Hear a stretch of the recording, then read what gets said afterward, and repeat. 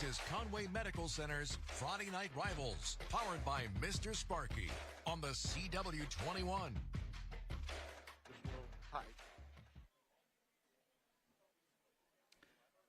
Live from the Shark Tank in Murrells Inlet, South Carolina, it's the final Friday Night Rivals Battle of the Year, and it is the Battle of Highway 707.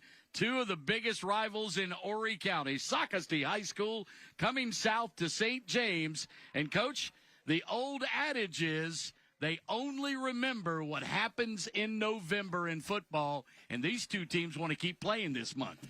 Yeah, they do, and when you say that, Alan, I think of North Myrtle Beach right now, and you think about this beach region, because North Myrtle Beach is 3-0 right now in the region, and yet I don't think they won a game outside the region. The bottom line is where they're seated in the playoffs is going to depend on region play. And I think both of these teams, particularly Socastee, they need a win to stay in the hunt. And so it's important for them, and you're right. What happens in November is what's important. Even though this is supposed to be the final week of the regular season because of Hurricane Helene, we've had the regular season extended by a week, so this beach region will play one more Friday night next week, but this is our final Friday Night Rivals. But let's go down to the field now to the third member of our broadcast team. Andrew Mize is with Athletic Director Corey Liggett. I'm here with St. James Athletic Director Colin Liggett. Colin, tonight we're getting the game check from Conway Medical Center for $500. How is this going to help the program this year? This money is going to go to a great cause. We're going to use this money for our student athletes, for team meals, travel, some of the equipment they need, and we're very excited for this opportunity. And again, thank you to Conway Medical Center for presenting tonight's game check. Back to you, Alan. I apologize, Colin. It is Colin Liggett. And, of course, the $500 from the Conway Medical Center makes it $5,000 for the year that have been presented to schools in the PD and the Grand Strand. We'll come back with the starting lineups and the opening kickoff of this rivalry, the Battle of Highway 707, the Sharks and the Braves, when we come back on the CMC Friday Night Rivals. When it comes to world-class orthopedic care and sports medicine services, CMC Orthopedics is with you every step of the way. Our team of highly skilled, board-certified orthopedic physicians specialize in a wide range of musculoskeletal problems with both non-surgical and surgical treatments. With a comprehensive range of services and cutting-edge technology, CMC Orthopedics helps your family live happier, healthier lives. CMC Orthopedics, medicine in motion. Clogged toilets? Is your kitchen sink backed up? Do you have a leaking faucet? Call the experts at Benjamin Franklin Plumbing and let us help with any of your plumbing problems. We repair leaky or broken water heaters, fix frozen pipes, unclog sewer lines, and even repair garbage disposals. We're here for you 24 hours a day, and we still don't charge to come out during regular business hours. Benjamin Franklin is your punctual plumber. If there's any delay, it's you we pay. Contamination in recycling occurs when wrong items are placed in the recycling bin, such as styrofoam, or items that are recyclable but are prepared incorrectly. Don't leave your food in containers. We'll find success in numbers. Recycling is a simple way for you to help protect our planet every day. For a simple list of what you can or can't recycle, visit www.solidwasteauthority.org or recyclerightsc.org. Start recycling today. Leaving a legacy is about reaching the end of the track and making sure there's room for new things coming. The old values that built what started stay strong, while new hands take charge. MD Roofing is a house built on generations. That's what makes us strong. So you can trust us to keep your house strong too. We're MD Roofing, and we're part of your strong house.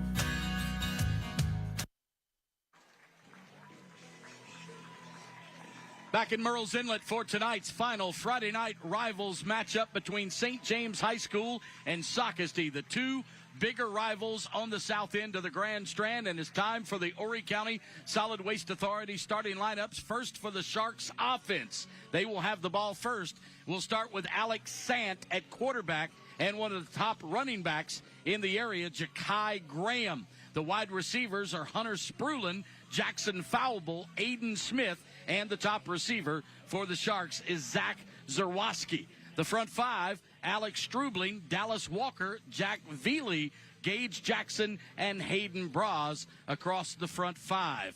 For the Socastee defense, looks like this. It's a 3-3-5 defense, kind of a new alignment for all of college and high school football. Cade Radvansky, Jaden Thomas, and Dylan Barker are the front three. The linebackers are David Kovali, Daniel DeVoe, and Noah Slade. The corners are Jalen McIntyre and Jakari Mitchell. The safeties are Braden Bollinger, Jonathan Goswick, and the dime back is Michael Kegler. Coach, your Mr. Sparky keys to the game. Well, first of all, St. James has got to take advantage of any opportunities they get in the red zone. Their scoring output has not been good this year, and that's been the thing that's doomed them in most cases. Now, on Socastee's side, they played really good defense on occasion, but have not been as consistent as they'd like to be. And I think their consistency on defense, being able to pull the ball apart, and at the end of the day, it's all about turnovers. And St. James has turned it over 15 times this year. Socastee only 11. And the kicker for the Braves, Daniel DeVoe, is ready to put toe to leather to put this final Friday Night Rivals game underway. Aiden Smith, Josh Harnish, and Hunter Spurlin are back to receive for the Sharks, who get the football first, wearing their home light blue tonight with the white numbers and dark blue trim, white breeches and white helmets. Socastee from shoulder to knee are in white with the black numbers and gold trim, and we have a flag down before we even get the game started. That's not a good omen, Coach. No, but that was a good kickoff. I tell you, he put that ball on the left hash down around the 8-yard line, and that's a good idea where you want it.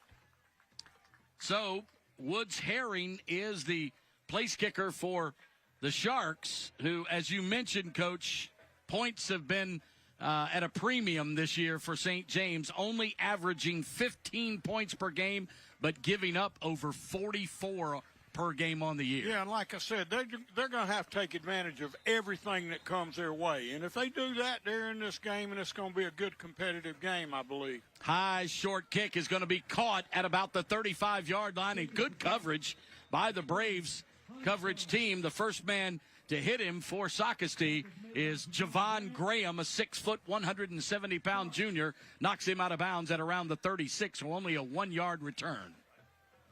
Yeah, that ball was kicked high, and as soon as he caught it, he had people bearing down on him. He didn't have much of a chance then.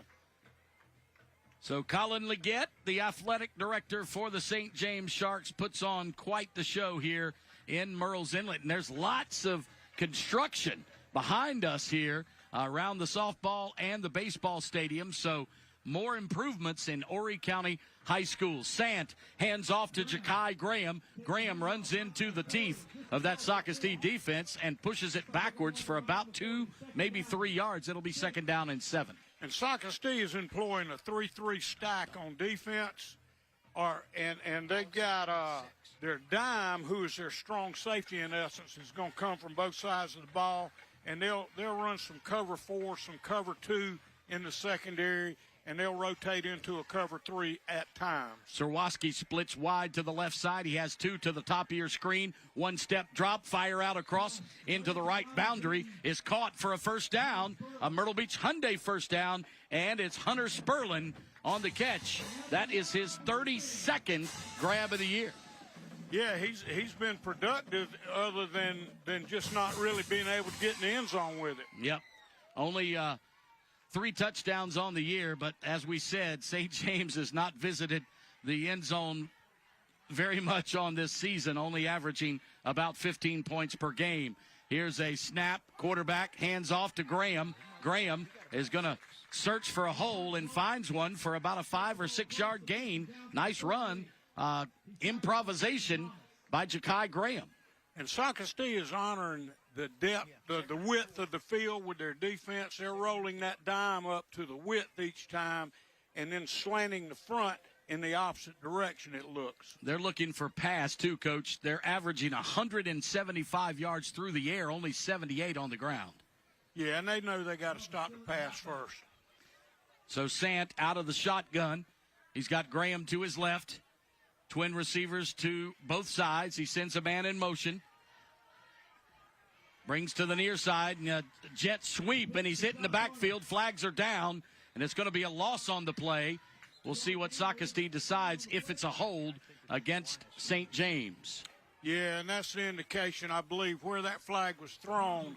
That would have been holding on the edge out there against one of the receivers, I believe. Josh Harness, the ball carrier. Harness does pick up positive yardage, maybe 1, so it'll be 2nd and 4, but it's going to be marched off against the Sharks. That's a 10-yarder. That's a tough penalty. I tell you what. They put you in a bind because it really changes your play calling. And that flag came down early with a hold, Coach, so he was holding before the ball was even received by Harnish.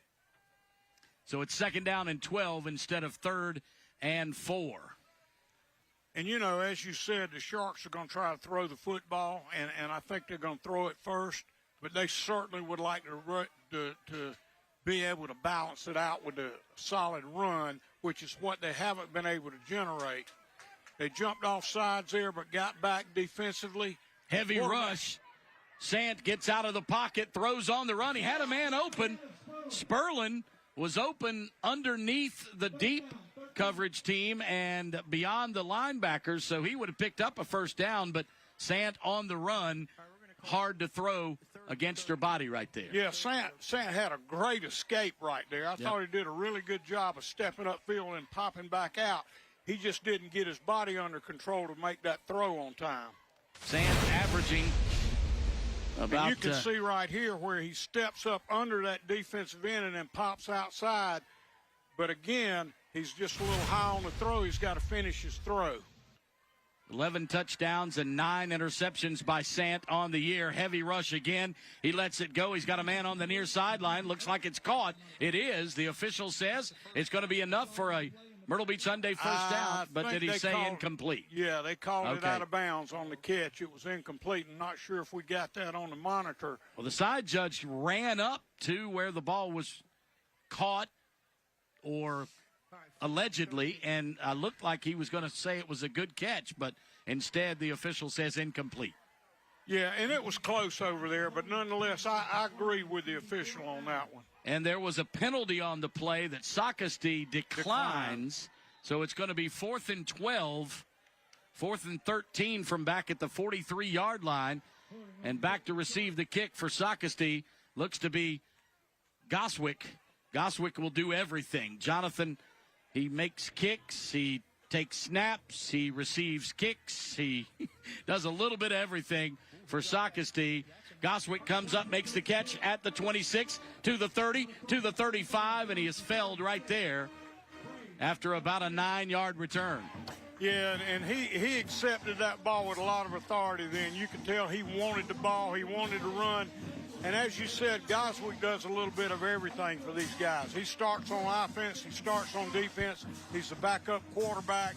He can do a little bit of everything. Horry County Solid Waste Authority starters for the Socastee offense. Jonathan Goswick, Brandon Green, Amare Godfrey, and Hayes Hardwick are your wide receivers. The quarterback is Christian Royals, and Amare Godfrey is the tailback. The front five, Riley Kinsella, Bob Barasoff, Christian Garcia, Yoshi Spiegel, and Eric Light. Man in motion is Paul Livingston. And they'll throw out that way. Pass is caught. Looks like Hayes Hardwick. And Hardwick is going to rush out of bounds with a gain of about 7. We'll call it 2nd and 3.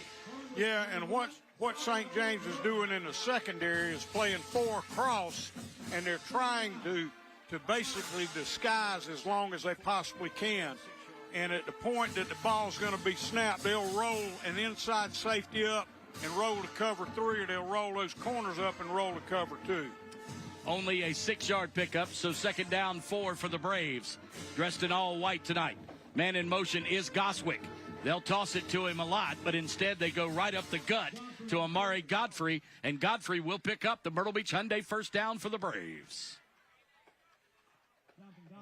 Defense for the St. James Sharks looks like this. Jefferson Sterling, Jake Prouty, and Logan Elmsley up front. The 4 linebackers are Josiah Wilkerson, Rome DiRenzo, Hayes Cochran, and Chris Blumke. The corners are Frank Glover and Kai Morrison. The safeties are Jordan Gaughan and Jackson Richardson. And St. James is going to run a 3-4 defense. They've got 2 inside linebackers. They're going to pretty much stay in the box. Their outside linebackers will. Home run ball is going to be called a pass interference because their feet got tangled and the receiver went down, Hayes Hardwick. And even though it looked like good coverage from here, the defender is going to be called for the pass interference. Yeah, and with that long ball, about half the time it seems like you're going to get that. That was Frank Glover being played corner. Here's the replay. Glover gets his feet tangled up, and then he just falls into the receiver. But well, I felt like Glover was in really good position. I did too. And I just think it was more of a position call than it was an interference call. But there again, every once in a while, those are tough calls. Incidental contact, right, Coach? I mean, they were going after one another. Technically, you can't get in front of that guy and then impede his access to the ball. So it's 1st and 10 in Sharks territory. The first time that they have been across the 50 on the first possession. Nice tackle on the play by Chris Blumke. That's number 39 on the year for him. Yeah, and Blumke is their outside linebacker, and so he's got a lot of range. He can fold back inside. He can play it wide there. Came up and stuffed it right at the line of scrimmage, so it's 2nd down 10. Receivers to the near side are Paul Livingston and Brandon Green. Green is wide out to the right. You've got one to the top of your screen. You've got power to the left. It's a play-action pass. Christian comes underneath to the H-back. Pass is caught by Hayes, or make that for Socastee. Number 11, Cade Radvansky makes the catch, and positive pickup for about 7 yards. Yeah, and basically they took the H-back, put him out in the flats. The quarterback rolled out to that side and just kind of gave him a little soft pass, which that's a harder pass to throw than what you think. Yeah, I apologize for that. Radvansky was not on my rundown sheet on the offense. He's there on defense as he is a disruptor at middle linebacker. They're going to hand off to Amari Godfrey, and Godfrey is stuffed by Hayes Cochran. Yeah, Cochran came in then and just really suffocated him. He didn't have a chance. That's his 58th tackle on the year. He is the top tackler for this Sharks defense. And that'll show you why. You can see where he comes. He gets a good read on the ball. He takes a direct line. And anytime you're heading downfield, you try to find space, which is what he did. And wrapped him up. Textbook right there. Great tackle by Hayes Cochran. And he's showing his guns a little bit, too, so I appreciate that. Why not? All right, again, drop back pass underneath bubble screen, and he was trying to run with it before he caught it. That was Hayes Hardwick. And he tried to come inside on a little slip screen. They'll take that inside receiver and try to block the guy that's covering him, and he tries to get under that. It's not really designed to be a big play, more than just to challenge the secondary and their tackling skills. We got laundry on the field right now. Let's see. They're discussing it. And this is the one complaint I've had about officials all year long. Takes two. Now they got to bring in a fourth guy to determine exactly what was seen by one guy. Well, here's the bottom line, now Alan. 5 of them. What you see in the collegiate game, you're going to see filter down to the high school ranks, and that includes officiating as well. And now in the college ranks, if they've got any question about a call, they'll convene, and they're going to look at it upstairs while they're doing that, and they're talking to them. They don't have that advantage in high school. That was called an offensive pass interference. So they turned the ball over on downs to St. James because that was a 4th down play. I thought it was a 3rd and short for Socastee, but instead the offensive pass interference turns it back over to St. James as we've got no score midway through the first quarter here at the Shark Tank. And they hand off to Graham. Ja'Kai Graham for about 3, out to the 34. 2-yard gain, so a 2nd down and 8. Yeah, 2nd and 8, and that doesn't help you much as far as a good 2nd down call, because what you'd like to be able to do is have the option to run our throw on 2nd down. You love those 2nd and shorts when you can throw it down the field and come back and get it on 3rd. But 2nd and 8 is always a tough down to call. Tough down with Graham to the right of Alex Sant. Our statistician is Paul Graham tonight.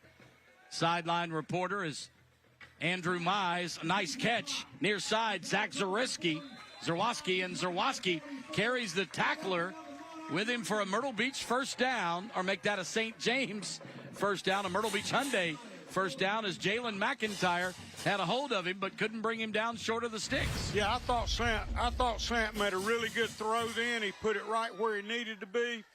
And he is 115 for 205 on the year for 1,140 yards, 3 touchdowns through the air.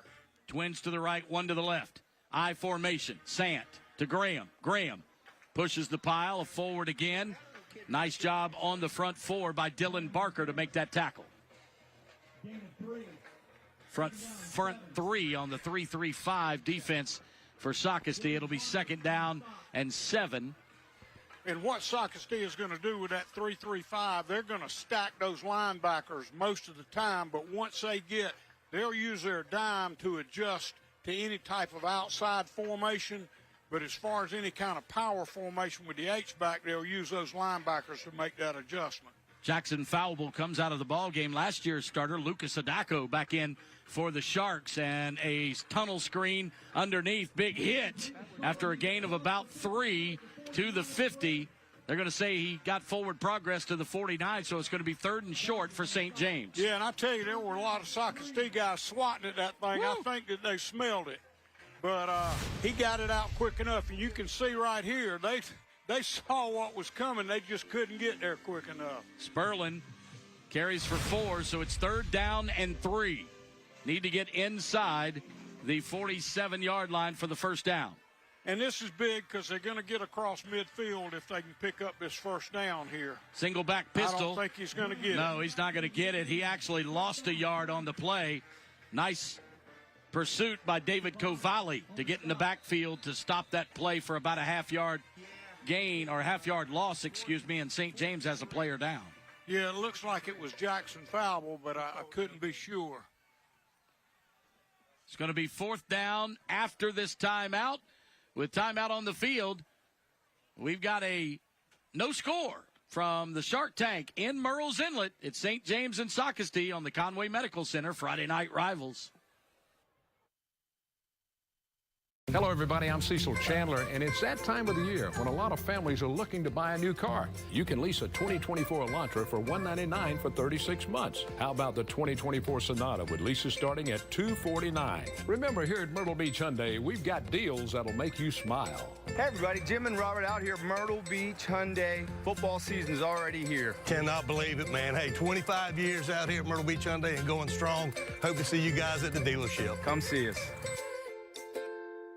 HTC is here to connect you to the things that matter most in your life. With the area's largest fiber optic network, HTC is here with the fastest speeds to help power your day. Do a little multitasking. Keep the peace. All to help your day run smoother than ever before. See how HTC is here to connect you to your world. And take advantage of these great offers today.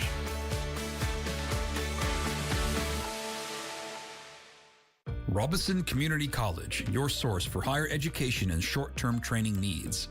Offering accounting, basic law enforcement training, cosmetology, criminal justice, cybersecurity, electrical systems, EMS, HVAC, mechatronics, medical office administration, respiratory therapy, radiography, university transfer, video gaming and simulation, welding, and more. Online and face-to-face instruction available. Learn more at robison.edu. Aprende inglés gratis en RCC. Do you believe in punishment for abortion? Yes or no? There has to be some form of punishment. For the woman? Yeah. And the punishment is real. Women denied care, unable to get pregnant again, traumatized, scarred for life. Young women who didn't need to die. Now 1 in 3 women live under a Trump abortion ban. And if he's elected, everyone will. There has to be some form of punishment. I'm Kamala Harris, and I approve this message. Back in Murrells Inlet at the Shark Tank at St. James High School, it's time to raise the roof with the MD Roofing and Solar Raise the Roof Fan Cam. They're building a legacy one roof at a time, and the Shark fans are trying to get excited, but the ball is intercepted. And it's going to be taken back to the house, to the 5, to the 4, 3, 2, 1. Touchdown for Socastee's Braden Bollinger on the pick 6. And that thing just happened in a hurry, Alan. Yep. I was actually looking at my chart and looked up, and he was running down the sideline. So I'd love to see it again. Yeah, we will. That's a WPDE end zone touchdown. You'll see that highlight and all of them later tonight on the end zone. Picked off at about the 46-yard line and taken back 54 yards for the INT pick 6. And what they have been doing is allowing their 2 safeties to fall in on the run game. And I think that's what he did then, Alan. He fell in on the run game and stepped under that pick without even realizing it.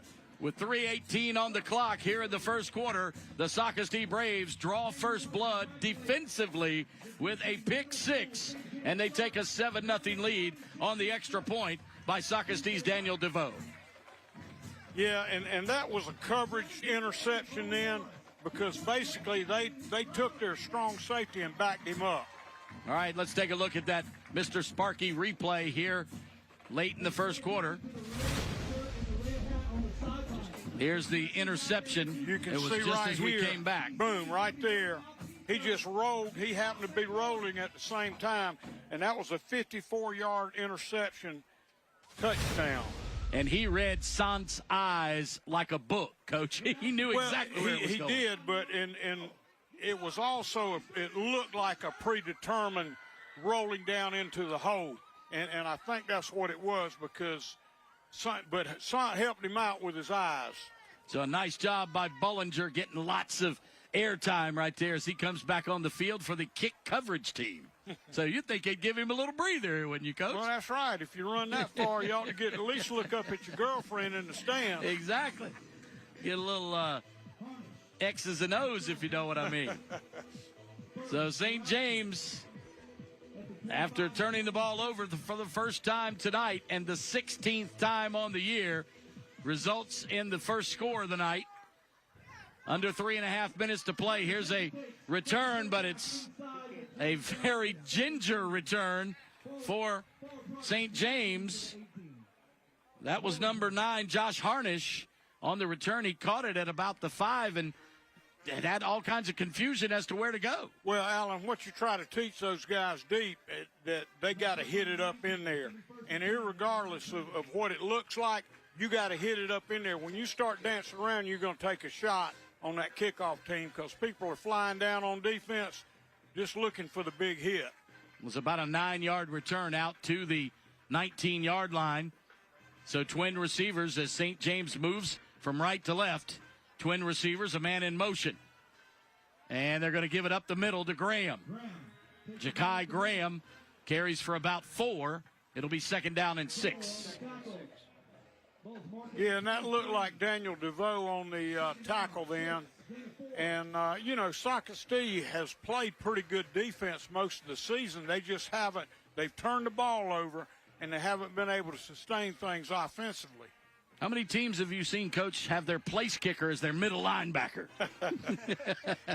Well, I hope he's covering the kickoff. DeVoe made that tackle, and he is their place kicker. He has a couple of field goals on the year for the Braves, and Graham breaks a tackle. He's outside the 30 for a Myrtle Beach Sunday first down for the Sharks. And that's a big first down when you're pinned down to the 20 coming out. Absolutely. So keep the ball on the ground, even though St. James is not known as a rushing football team. Graham has run for 3.9 yards per carry on the year, and he got about 4 on this one, so right at his average. And he just bounced that outside, and the safety had rolled inside. Man in motion is Aiden Smith. They're looking away from him, and he throws it short of the intended receiver, Zach Zarowski. Yeah, he just missed Zarowski then because Zarowski had turned toward the sideline, and he was just a little wide with the football. So an incomplete pass stops the clock with 2:04 to play in the first quarter. And the St. James Sharks trailing by a touchdown. Yeah, we were concerned early when we had those penalties, but this has been a pretty clean quarter so far. No question about it. Single setback, man in motion again is Aiden Smith. They hand off to Graham on the counter, and Graham picks up maybe 2 or 3. We'll call it 2nd down and 8. And we want to thank, Coach, Socastee Station. They provided tonight's pregame meal for the entire broadcast crew. Socastee Station at 4504 Socastee Boulevard, just across or down from the high school. Open Monday through Saturday from 11 a.m. till 9 p.m. And Ed and TJ provided an unbelievably delicious. Well, I had a problem with that food because that daggum chicken bog I ate wants to put me to sleep. Oh, yeah. The chicken bog balls. What about that? The deep-fried chicken bog balls. It was mighty good. So the chicken bog, the green beans, and all tonight. Ed and TJ, thank you. We don't get good victuals like that before most games. No, and I'm still waiting on a good funnel cake up here in the booth.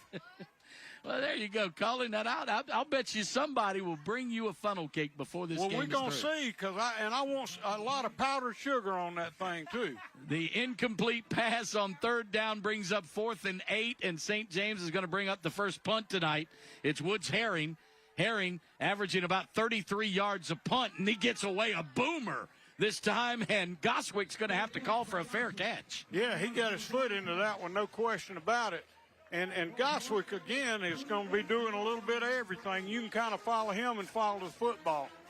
Herring's longest punt on the year is 42 yards. That may eclipse it right there. Yeah, and he had good hang time on that punt as well. I don't know what it was, but he got it up in the air. Want to thank you, Conway Medical Center, for donating $500 each week to the host school. In total, our schools received $5,000 this year. The final 5,000 or final 500 went to athletic director Colin Leggett tonight here at St. James. And they're going to give off on the jet sweep to Paul Livingston. Livingston carries for, we'll call it a half yard. He got bottled up right at the line of scrimmage. Good job reading that one by the St. James defense. Yes, they did. And I've been impressed with both defenses thus far. Obviously, you had the pick 6 by Socastee. But other than that, the defenses haven't allowed a lot of big runs, big passes. So Socastee is going to split 3 receivers, a trio to the right, as they move from left to right. Inside a minute to play in the first quarter. Braves up by 7. And rolling out, Christian Royals lets it loose, and he pitches it out to Jonathan Goswick. He just caught his 23rd pass of the year, and he moves the chains on the Myrtle Beach Hyundai first down. And Goswick's got 4 touchdown pass catches as well. Here it is on the replay. And you can see right here, he's just rolling out. Goswick runs about a 6-yard out route. He gets it out there and puts it where it needs to be. Little magician move by Goswick, picked him up an extra 3 yards. And those are pretty safe passes, too, because you're always going to out-leverage that corner. All right, quick timeout. We're going to come back with the Conway Medical Center before the final play of the first quarter. Don't go anywhere. You're watching the Conway Medical Center Friday Night Rivals. Oh, why in the world? Here with Dr. Jason Sharp of Conway Medical Center. High school football season is here. It's a grueling grind. What do these players need to do to make sure that they stay healthy? So the thing that I can tell them, at least early in the season, is make sure they're hydrating. Hydrating the day before a game, day of a game, because if they start cramping, they're already behind. We're trying to get water, fluids, electrolytes into them, but they need to do a great job before so that way they don't have any issues during. Another thing that they can do, as well as parents, is make sure you talk to your athletic trainer. The athletic trainer is the one who's kind of the gatekeeper. They can help you decide whether or not you even need to come into the doctor. Also, the 4 schools that we have, St. James, Socastee, Conway, and Carolina Forest, they all know us. They all have a secure texting system, so they can all let us know. We can get the kids in same day, next day.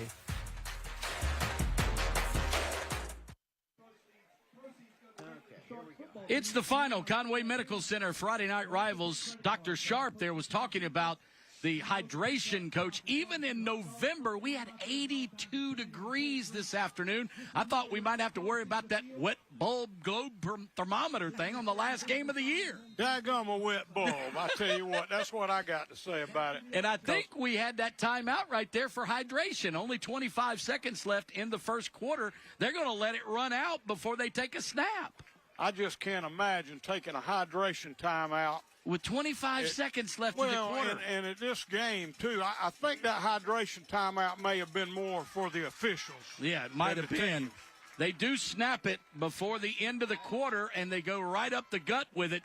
Quarterback Christian Royals may have gained a half yard, so it's going to be second and very long when we return for second quarter action on the CMC Friday Night Rivals.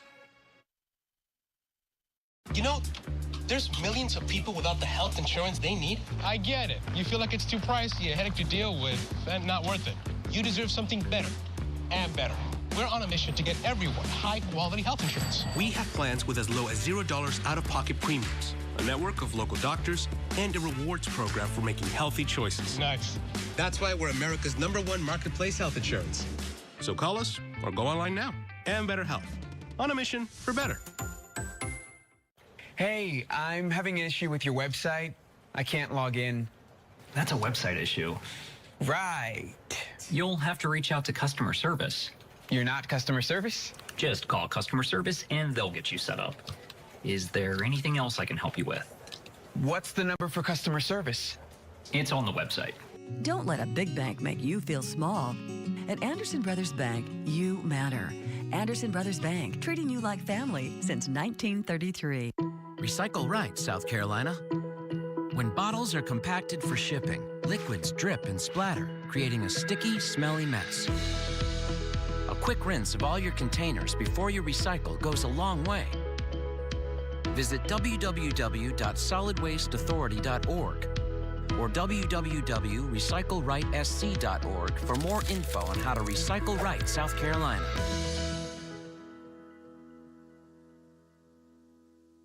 HTC is here to connect you to the things that matter most in your life by providing the area's largest fiber optic network to help you catch up with family. Check the weather for your morning stretch and set the stage for a night in with friends. Because whatever you're into, HTC Internet is here with the largest fiber optic network to connect you to what matters most. Take advantage of these great offers and learn more at htcinc.net today. Start your day with Good Morning Carolinas, weekday mornings on ABC 15 News. It's another Raise the Roof fan cam from MD Roofing and Solar. Building a legacy, one roof at a time. The St. James Sharks fans want to get some excitement, want their defense to bow their neck here. 2nd down and 9 for the Braves as they have a man in motion. They pitch it to him. That's a toss sweep out to Amari Godfrey, and Godfrey is tracked down in the backfield. Nice job by the inside linebacker for St. James. Hayes Cochran. Didn't even have him listed. Yeah, and, well, they did. Torrey Isaac. I'm sorry, Torrey Isaac was also on that. He's not listed on the roster. I think they brought him up from the JV this week. So Torrey Isaac gets a nice tackle there, a 2-yard loss. And he spotted that ball and ran downhill after it, and that's what a good linebacker does. Benjamin Franklin Plumbing, the punctual plumber. We'll be talking about them coming up. Kristen Royals is rolling out of the pocket. That was a coverage tackle right there, but it was enough for a Socastee first down. He picked up 11, needed 11. And, oh, wait a minute, they're going to say it was only a 10-yard gain So it's going to be 4th down and 1. The Braves went for it on 4th down last time and turned the ball over. Yeah, they're at midfield right here. I think it's a good call to go for it at this point. You're a score up now. That's a little bit of difference. You don't want to get the other team back in the game, but I think they feel like they got to get their offense moving as well. But we've got 5 wideouts and no running backs. Now they're going to move Livingston in the backfield. 5 wideouts, and I bet you the quarterback's going to run it. And a timeout, Socastee, before the clock ran out. And we're going to take one as well to start the second quarter. It's 7-0 Braves on the Conway Medical Center Friday Night Rivals. Hello, everybody. I'm Cecil Chandler, and it's that time of the year when a lot of families are looking to buy a new car. You can lease a 2024 Elantra for $199 for 36 months. How about the 2024 Sonata with leases starting at $249? Remember, here at Myrtle Beach Hyundai, we've got deals that'll make you smile. Hey, everybody. Jim and Robert out here at Myrtle Beach Hyundai. Football season is already here. Cannot believe it, man. Hey, 25 years out here at Myrtle Beach Hyundai and going strong. Hope to see you guys at the dealership. Come see us. Wiring issues, sparking electrical outlets, circuit breaker tripping? Call the electric experts at Mr. Sparky. With the weather beginning to get colder, that means more people inside your home, which means more of a demand on your home's electrical system. And let's face it, no one wants a power outage during Thanksgiving. We're here for you 24 hours a day. No job is too big or small. Call Mr. Sparky and we'll be right over. 8 Sparky. St. James, now with their backs against the midfield stripe, need to hold on 4th and 1. Socastee trying to extend this drive. You know, Alan, my thoughts here on this drive, as good a defense as Socastee has played, I'm not sure I wouldn't punt them down because you really got a lot to lose if you don't get it here. Single back pistol. Receivers are lined up back-to-back, but now they bring Goswick in motion, and they're going to let the clock run all the way down to 0. It is going to be either a delay of game or Socastee is going to call timeout. And I got to give Royals a lot of credit there, and here's what Royals did. He saw the motion guy, he saw his receiver move at the same time, and he knew that they both had to be set before the ball was snapped or they'd get a 5-yard penalty. So I think Royals was using his head and decided to wait it out. Now, it ended up costing them anyway and forcing the punt, but at the same time, I thought it was a heady decision on his part. Well, it backs him up 5 yards to the 43, and going back to receive the kick is Elijah Ochoa for St. James. Ochoa makes the catch at the 35, out to the 38, maybe the 39. And do we have, I thought somebody yelled penalty, but. And I like what Ochoa did then. He caught that ball and got upfield right now. He didn't get a whole lot because he had pretty good coverage, but that's what you're supposed to do on a punt and a kickoff. Hunter Sperlin actually on that return. It's either Ochoa or Sperlin or Aiden Smith sometimes. So when you can't read their numbers a lot, you just kind of got to guess at it. And I guessed wrong that time. Yeah, and those white numbers on that baby blue shirt are not easy to spot from up here. Alex Sant with a single back pistol and 3 receivers to his left, but he goes to the tailback, and the tailback is felled immediately, knocked off his pins for a 1-yard loss. Yeah, and again, Socastee's been playing pretty solid defense. They've given up a little bit here and there, but really haven't been threatened with field position yet. We'll call it a length of the football loss. So Sant, again, 11 touchdowns and 9 interceptions. He's thrown for over 1,400 yards this year, but has not connected but a couple of times here tonight. So he's got 3 receivers to the top of your screen. He's going to play action pass it to him. Underneath the bubble screen is caught by Aiden Smith, and Smith is going to move the chains as he crosses the 48-yard line, and it'll move Socastee back into their own territory, but they're going to say maybe about a yard short. And you can see basically all we did here, a lot of people call this a now screen. They've got 4-on-3 out there. They'll throw it to a receiver real quick and just try to get a hat on the defender. So it was 9 instead of 6. My apologies again. That was Harnish on the catch. Hard to tell those numbers. We have to watch the screen to get a closer look at the numbers. Go ahead, Coach. Jump in here. I'm just trying to get a look at the secondary. And the fumble. And the quarterback has to fall on it to keep St. James from turning the ball over for the 17th time this year. And I tell you, when you're looking at 3rd and 1 and you see that happen, it just puts you in a bind because now you got to punt the ball out.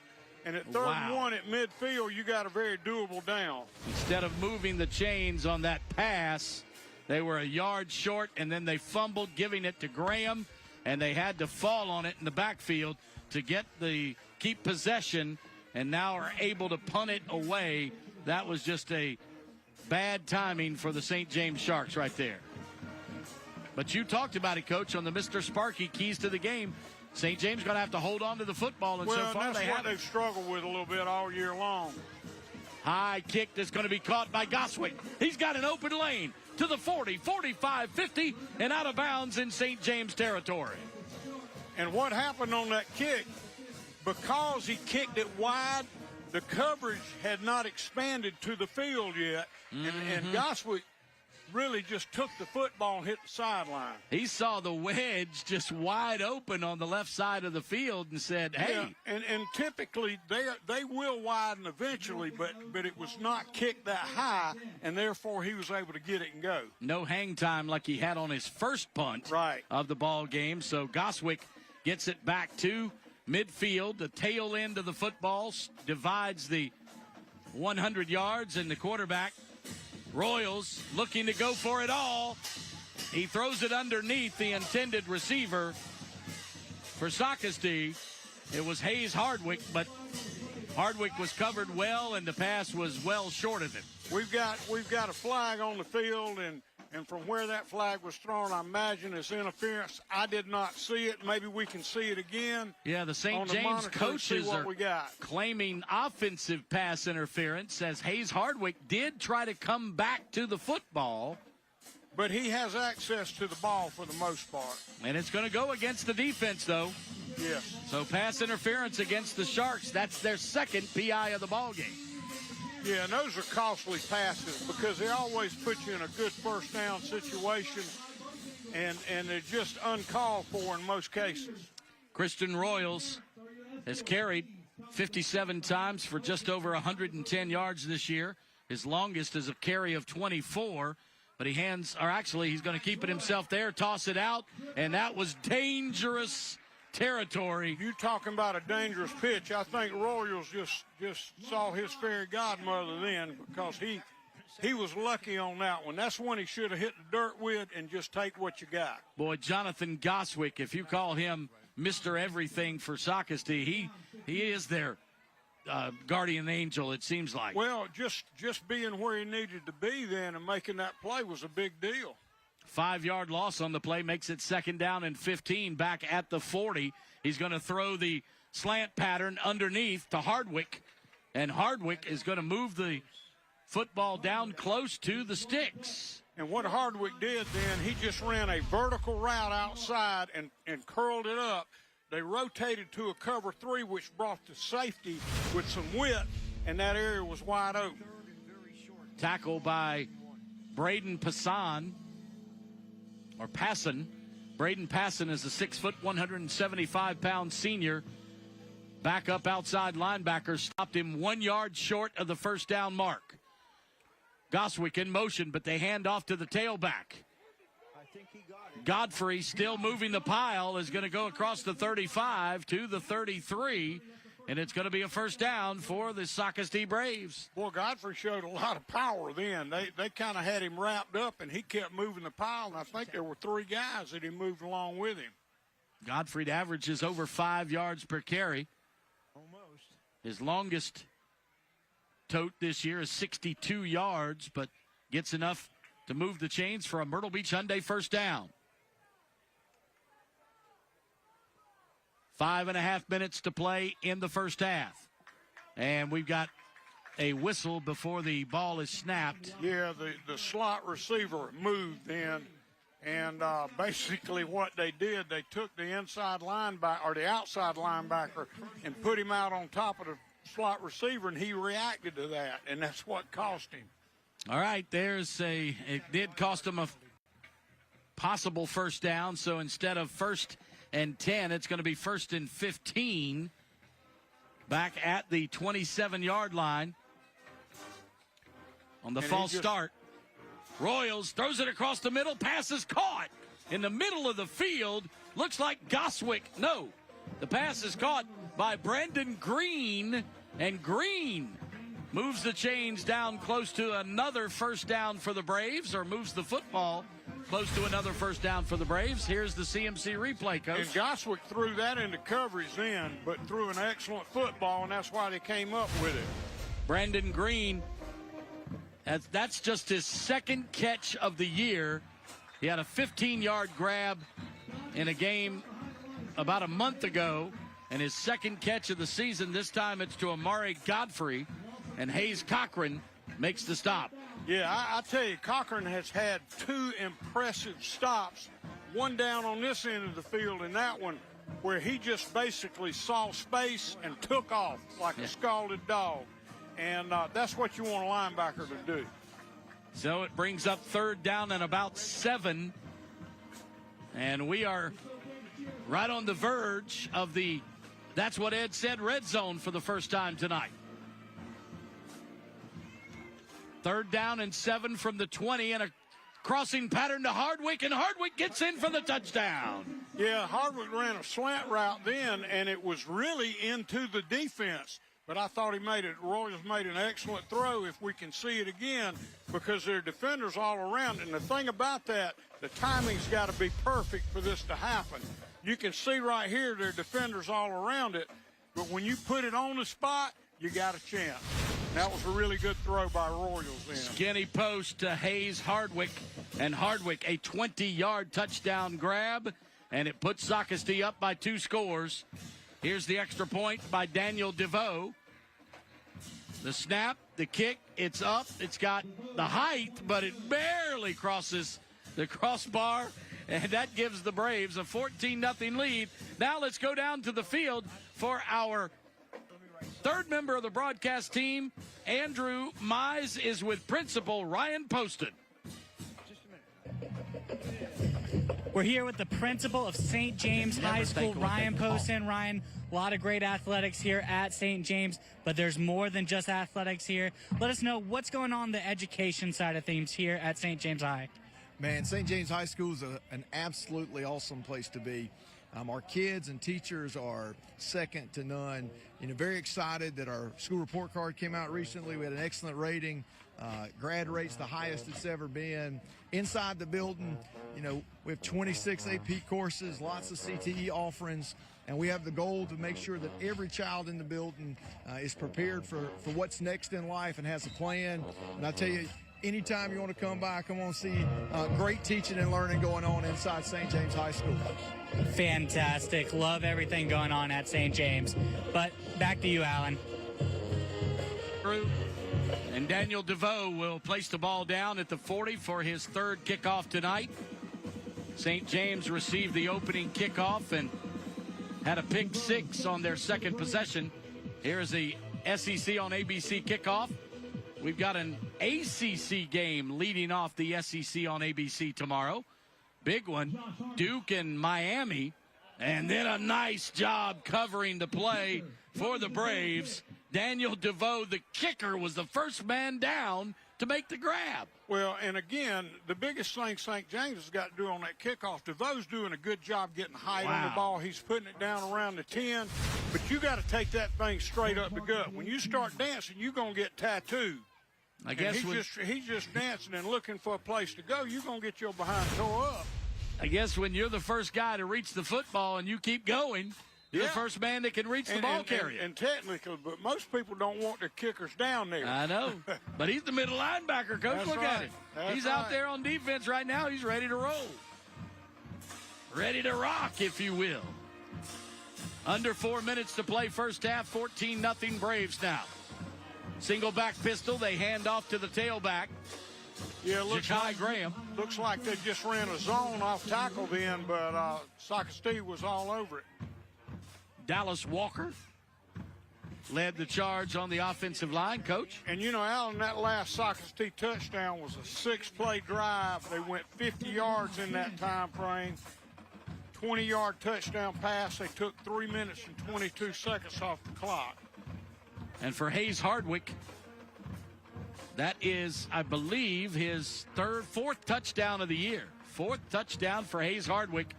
Here's a pass intended for Zach Zarowski. And it looks like, Alan, they just ran a curl flat over there, and I think that they had good coverage. It caused him just to miss it. So incomplete brings up 3rd and long for St. James. Santa's he's not been pressured a lot, but he's just not been on target tonight. Yeah, and yet they've done a good job in the secondary with the coverage too. And the key to throwing into a zone defense is throwing the ball on time. 3 receivers is going to be picked off again. This time it's Jalen McIntyre. McIntyre cuts it back across the middle of the field. He's tackled, I believe, by the quarterback.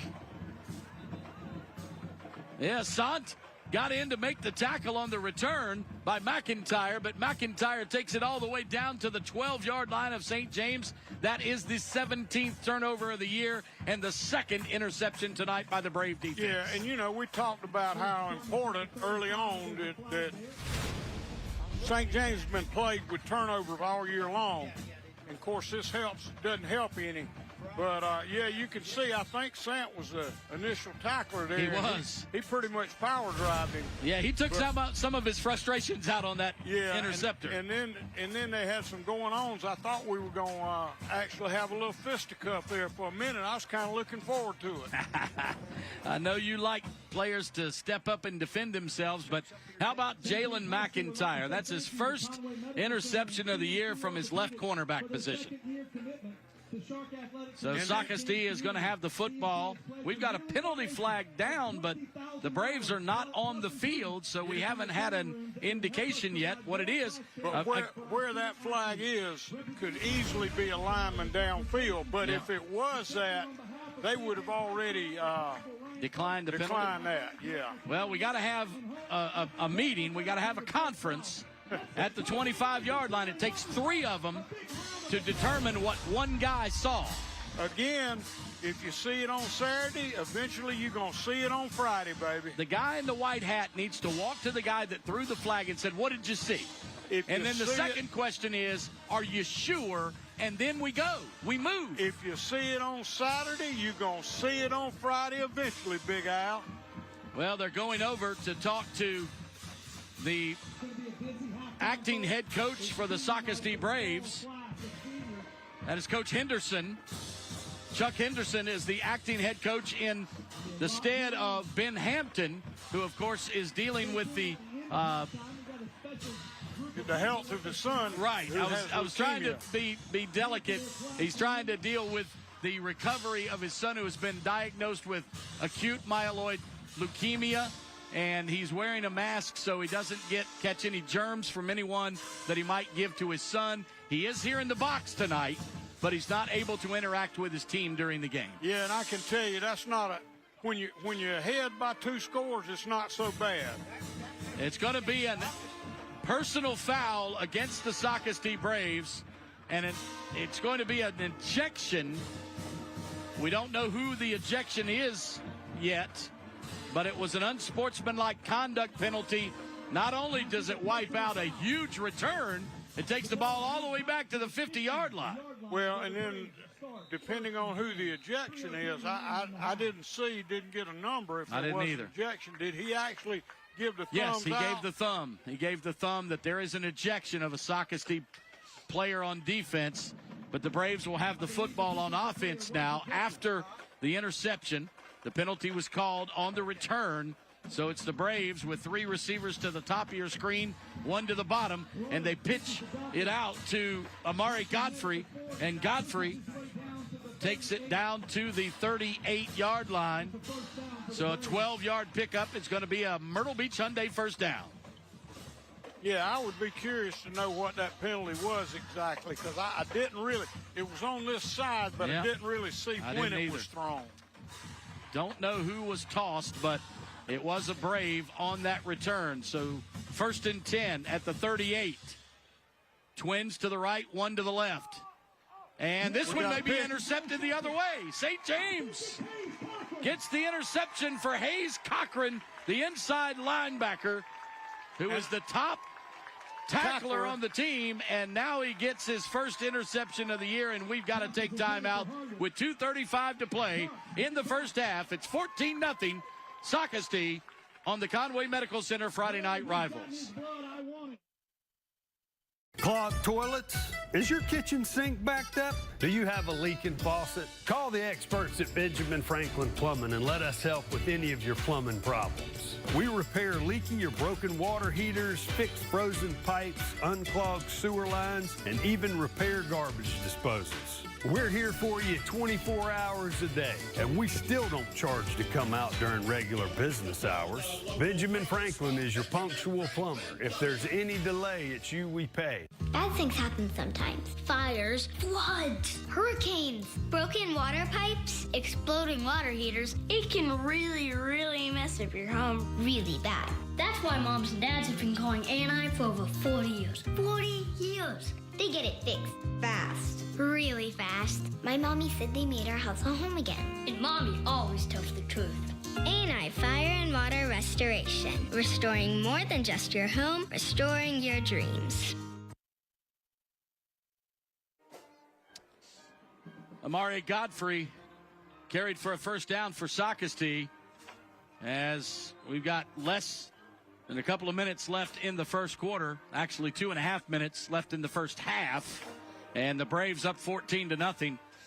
And St. James, after the interception, will have the football 1st and 10 at the 32 or 33-yard line, with Alex Sant giving it off to Jakare Graham. Graham turns the corner, carries for about 7, and things are going to get a little chippy now, Coach. We've had a Brave thrown out of the ball game who we think took exception to quarterback Alex Sant body slamming the return man on that interception 3 plays ago. Yeah, and we didn't quite identify it, but that's what we thought we saw. And I will say, I enjoy the chippiness. Yeah, you've been in a chippy game or two, haven't you? It's a physical game, and you got to be willing to bow up and do what you got to do sometimes. Well, and I say on my show, weekday morning, 7 until 10 o'clock on ESPN Radio, big run by Jakare Graham as he foils my promo for my morning radio show, dadgummit. Jakare Graham, big run for St. James, and he gets it into Socastee territory for the first time tonight. And you can see on the rerun here, they just ran an off-tackle zone right here, and he did a great job just cutting it up. He's got to secure that football a little bit more. I saw a little bit of space in there. I don't know what Graham's long run of the year is, but that may eclipse it right there as he gets it to the Brave 40-yard line, and now he carries for a couple of more to the 38, 2nd down and 8. And I saw Tommy Norwood's called in. Bottom line, you run a play, they don't stop it. You show it to them again until they do. Absolutely. So, Paul, what'd you say we had? 30. Okay, on the 33. Let's say 38, 33. 2nd down and 8. Here's a play action pass. Sant going deep, and he's got a man wide open. That would have been 6 for the next 15 minutes had he thrown that ball on target to Aiden Smith. And that's what they need to get where they want to be, because if they can score right here, right before the half, they got 57 seconds on the clock, and that's really a reasonable amount of time. What they got to focus on right now is getting this first down. Now, it was actually Josh Harnish who has 5 touchdowns on the year. He has more than anybody else on this team. He would have had number 6 going away right there. But I tell you, it's just some quarterbacks, some nights they have it, and some nights they don't. And Sant so far hasn't had the radar dialed in just yet. Graham carries for a huge gainer off the left tackle. And they're going to be looking at fourth down, but I can tell you what they're going to do with this ball. Now, you do have a question to ask right here, and that question is, can we kick it right here? Because any points are good points. Well, they are 1 for 3 on the year kicking field goals. The longest was a 35-yarder. This one would be at least from 43. I'm running it. Yeah, 4th down and 2. They need to get to the 35 for the first down. And we've got confirmation that it was linebacker Noah Slade for Socastee that was ejected from the ball game for throwing a punch. Yeah, and you know, there again, you always try to teach your players not to respond to things that are obvious, because I always told mine, what's going to happen? The first lick gets the officials' attention. Exactly. The second lick is what they see. So if you respond, they're going to get you. And so you got to learn just to kind of hold it then. And I think what he did then was respond to what they body slammed the quarterback. Coach Tommy Norwood is going to take your advice, Coach. They're going to go for it on 4th down. 4th and less than 2. Well, it's not my advice unless they get it. Yes. 2 receivers to the boundary, and he's going to bring a man in motion this way, and he's going to drop back to pass it, and there was some miscommunication because Zarowski turned around and looked for the comebacker, and the quarterback, Sant, threw the go route in the left corner, and there was nobody there. Well, and there again, like I said, that wasn't my call because it wasn't successful. I'm with you 100%, and you know, I can do that in the booth. That's right. You know, when I was on the sideline, I had to own it anyway. But I can make whatever call I want. That's exactly right. That's what I told you when you took this job, that you will never be defeated here in this booth. And here's a huge hole up the middle for Socastee, and he's down to the 30, 25-20, cuts it back, and Amare Godfrey, his longest run of the year, 62 yards. That one right there will rival it. Boy, you're talking about a change of momentum right there, because we still have 35 seconds on that clock. If they preserve the clock like they do, how many timeouts do they still have? You can see he was just off tackle. They were just trying to run it up in there, and he made a great run and play off of that and slipped down in the turf. When he put that foot, a 55-yard run, says our statistician. And that was just a cute counter then, Al, and he kind of ran into the linebacker. But Socastee's got a couple of timeouts. Even though we've only got 19 seconds on the clock, they can probably get 2 to 3 plays off. Do we still have 2 timeouts Socastee? Yeah, I think Socastee just called its second timeout, so they have 1 remaining. I believe St. James has both of their, or 2 of their 3 remaining, as the Braves will convene on the sideline. They're inside. That's what Ed said. Red zone now at about the 16-yard line, and 2nd down and 9, but the clock is working against them with only 19 seconds left. But the truth is, if they'll handle this clock appropriately, they can get 3 plays right here. And if you can't score from there in 3 plays, you're probably not going to score with 5. So they're gonna try. What they're going to try to do right here is probably on this first play, this 2nd down, my guess is they're going to throw the football and see how close they can get to that marker, and then may run it and use a timeout at that point in time. Amare Godfrey, single back pistol.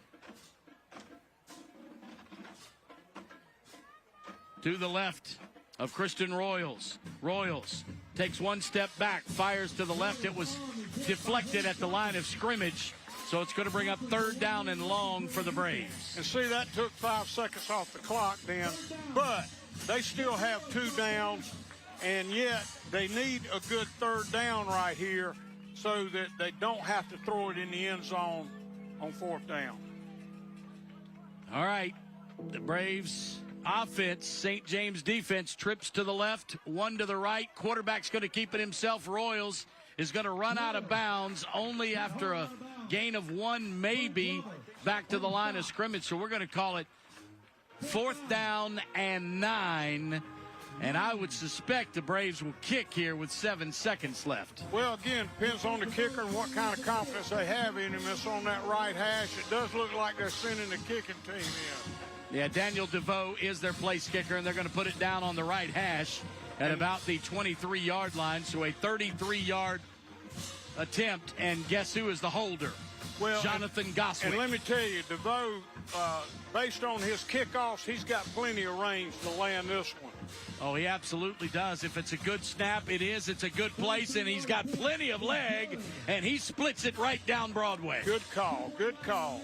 With 2.9 seconds left in the first half, the Braves extend their lead by 3, 17-0.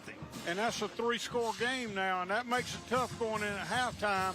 And, again, you know, what hurts what hurt St. James most was themselves. You know, they turned it over at an inopportune time, and of course, anytime you get a pick six, it just takes the life out of your offense. Yeah, and credit Socastee for that big penalty that brought the football all the way back to the 50-yard line, where they would have started at the 12, still ended up getting points out of that drive, and who knows, 3 scores could be huge here. Yeah, and you know, Socastee got that ball back with less than 2 minutes, and they scored on a 5-play drive, 72 yards with a 33-yard field goal. They had it, only used up 59 seconds on the clock, so you got to give them a lot of credit for time management there. And that was almost a textbook field goal attempt. Yes, Daniel it was. DeVoe. Yes, it was. Great snap, great place, and an excellent kick. Here's an ABC on SEC kickoff, and the Braves are going to onside kick it. It's still alive. The ball is bouncing around as the time runs out. Socastee recovers it, but we are at intermission. Yeah, and I think the only thing that you're really accomplishing there is you're not giving the other team a chance to run it back. So we've got a CMC replay here. Watch this. It was perfectly executed as the kicker was the first man to get there. Again, Daniel DeVoe, he's everywhere. He's my HTC game ball nominee right now, Daniel DeVoe. So, timeout on the field at halftime. Your A&I Fire and Water Restoration halftime report coming up with Socastee leading at 17-0. Stay right there. Please state the reason for your call. Apply for a food truck loan. Great. I heard Rude Duck Zone. Is that correct? Food truck loan. Great. I heard Wood Chuck Swarm. Is that correct? Why do I put up with this? I heard Nurple Ports Fish. Okay. Don't let a big bank make you feel small. No one offers more small business loans than Anderson Brothers Bank. Anderson Brothers Bank, treating you like family since 1933. HTC is here to connect you to the things that matter most in your life. With the area's largest fiber optic network, HTC is here with the fastest speeds to help power your day. Do a little multitasking. Keep the peace.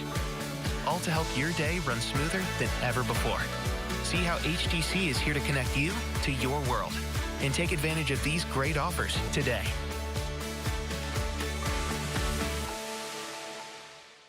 You know, there's millions of people without the health insurance they need. I get it. You feel like it's too pricey, a headache to deal with, and not worth it. You deserve something better and better.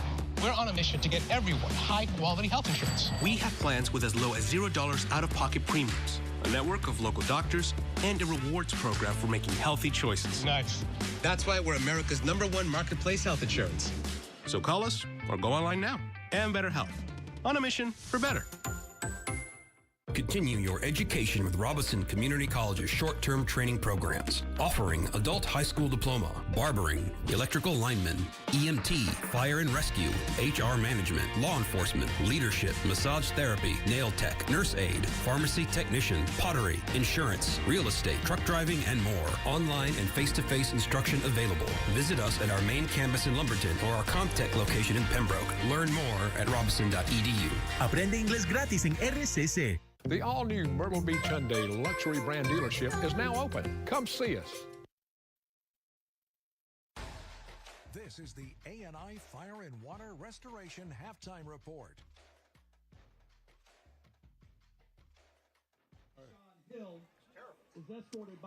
It's halftime. The Socastee Braves on our final Friday night rivals game of the year leads the St. James Sharks 17-0. The Braves trying to get ready for the state playoffs. They'll have one more game next week at home against the Myrtle Beach Seahawks, and we'll take a look at the stats here in just a bit. But right now, we want you to stick around, and because it's time for our Benjamin Franklin Scholar Athletes of the Week. Each week, we feature 2 scholar athletes from each school, and at the end of the season, Benjamin Franklin, your punctual plumber, will give one scholar athlete a $5,000 scholarship.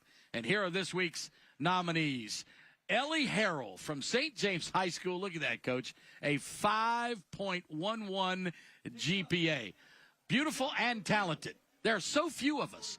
Lacrosse Offensive Player of the Year, varsity cheer, 5 times All-Region, 5-time region champion, and 2-time varsity captain, academic award winner, and 2-time Best Flyer Award.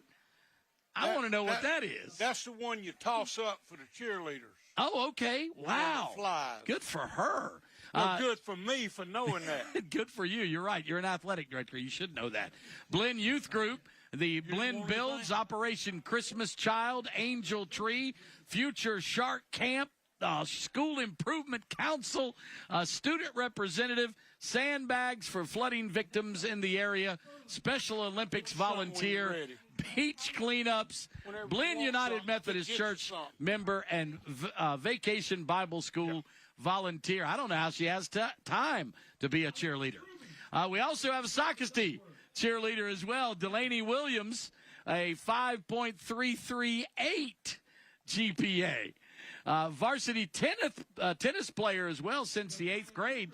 Braves tennis team, the girls are outstanding, state champions many times over. See, it says right there, 2-time 5A girls state tennis champion. And the varsity cheer captain for the South Carolina DECA state officer. Now, I know what DECA is because I was in the DECA club in high school myself. Mansfield Plantation cleanup, Muscular Dystrophy Association volunteer, the ALA Girls State representative, student council member, National Honor Society, the Mu Alpha Theta academic sorority and fraternity group, and Rho Kappa Theta member as well. Again, these girls are over and above. Congratulations to each of them. One of them may walk away with a $5,000 scholarship from Mr. Sparky and the punctual plumber, the Benjamin Franklin punctual plumber. And when will that be announced, Alan? Probably at the end of all of our broadcasts here. We won't have it here on the air. That'll be decided by people above our pay grade, Coach. Hey, fans, we're giving you the opportunity to vote for tonight's Anderson Brothers Bank Spirit Award. Hey, scan the upcoming QR code or go to ABC's 15 Twitter page or X page and vote for either of tonight's cheer squads. Of course, St. James and Socastee, 2 of the best. You just saw their captains right there as our Scholar Athletes of the Week, presented by Anderson Brothers Bank. Take it away, girls.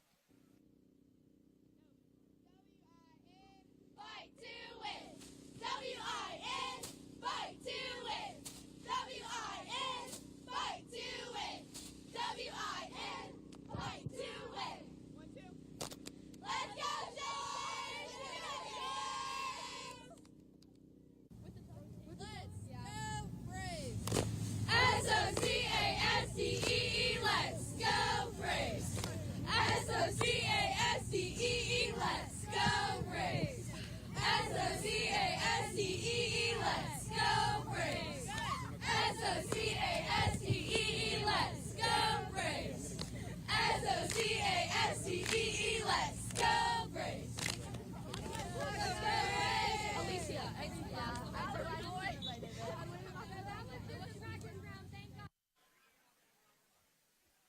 Thank you, ladies. 17-0 is your halftime score. The Socastee Braves on the road here in Murrells Inlet with the lead on your A&I Fire and Water Restoration halftime report. It rolls on when we return to the Conway Medical Center Friday Night Rivals.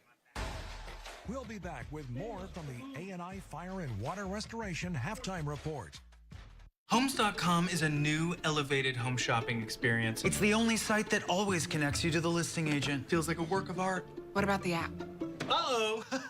Wow, went all in on gold. Ding dong! Homes.com. We've done your homework. For local and national election coverage, turn to the station that's working for you. From local sheriff's races to the Ride Ford tax to the highly anticipated presidential election results, ABC 15 News will be there. Your voice, your future. Election 2024. Wiring issues? Sparking electrical outlets? Circuit breaker tripping? Call the experts at Mr. Sparky and let us help you with any of your electrical problems. We install whole house generators, electrical panels, hot tub wiring, indoor and outdoor lighting, and more. We're here for you 24 hours a day, and we still don't charge to come out during regular business hours. Call 888-8-SPARKY.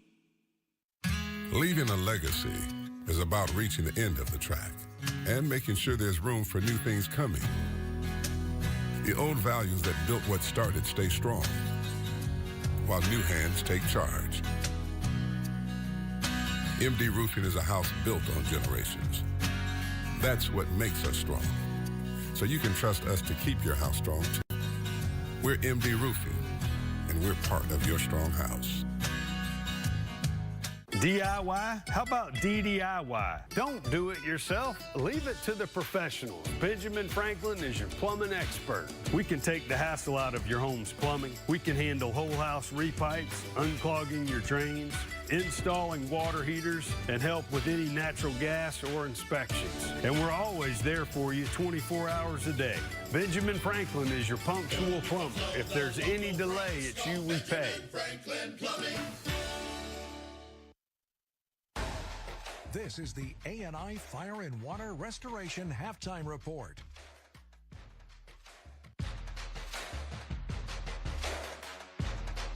Here with Tony Zach from Benjamin Franklin Plumbing, who's been a major sponsor for this event, Friday Night Rivals, for a while, and also a scholar athlete, going on 5 years now. Yeah. I know that's a big thing for you and your corporation because you get everybody involved in that. Oh, yeah, it is. We always have such a great time looking at all the student athletes coming through, getting to select the one. What's so hard is that there's only one because they're all so deserving. But to be doing this for 5 years, and now that we're in Florence as well, we're just tickled to death to still be a part of it. Well, I tell you what, we appreciate it, and I know those kids appreciate it.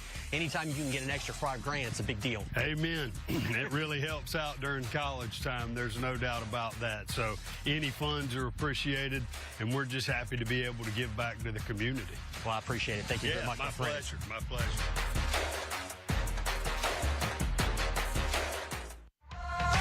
The best Thursday night lights and Friday night rivals highlights from across the country. Isaiah Hopewell to do the kick, but they fake it. They're going to have something good happen here. They throw it and complete it. Down the sideline. No flags. Touchdown, Judson Rockets. Holy cow, look at the Judson sideline. They are going nuts. Don, I'm watching this play going. I'm going, come on, H. He's sprinting down the first one. Now the second one. Onside kick.